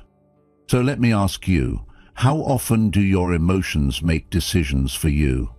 How many times have you said something you regret, spent money you didn't have, or walked away from something meaningful just because it felt uncomfortable in the moment? We've all been there. And the Stoics weren't above that either. They were human, but they trained themselves to pause, to reflect, and to act from principle, not pressure. And that's the work we're called to do today. You don't chase every high or escape every low. You stay grounded. You keep showing up. That's what builds trust. People can count on you because you can count on you. Living this way means you're not just reacting to life, you're shaping it. You're choosing a legacy over a mood swing. You're becoming someone your past self would respect and your future self can rely on. And that's not just Stoicism, that's adulthood. That's the quiet, resilient power of living on purpose. So what are you really living by? Your feelings or your values? That answer shapes everything. Remind the audience that emotional sovereignty isn't about being untouchable in a cold, disconnected way. It's about being unshakable in a purposeful, powerful way. You're not becoming hard, you're becoming whole. You're not running from the world, you're learning to stand still in it. That's what makes you mentally untouchable. Invite them to reflect. Which sign resonates most with where you are right now? What's one thing you'll do today to strengthen your inner citadel? Encourage them to like, subscribe, and drop the comment. I am becoming emotionally sovereign.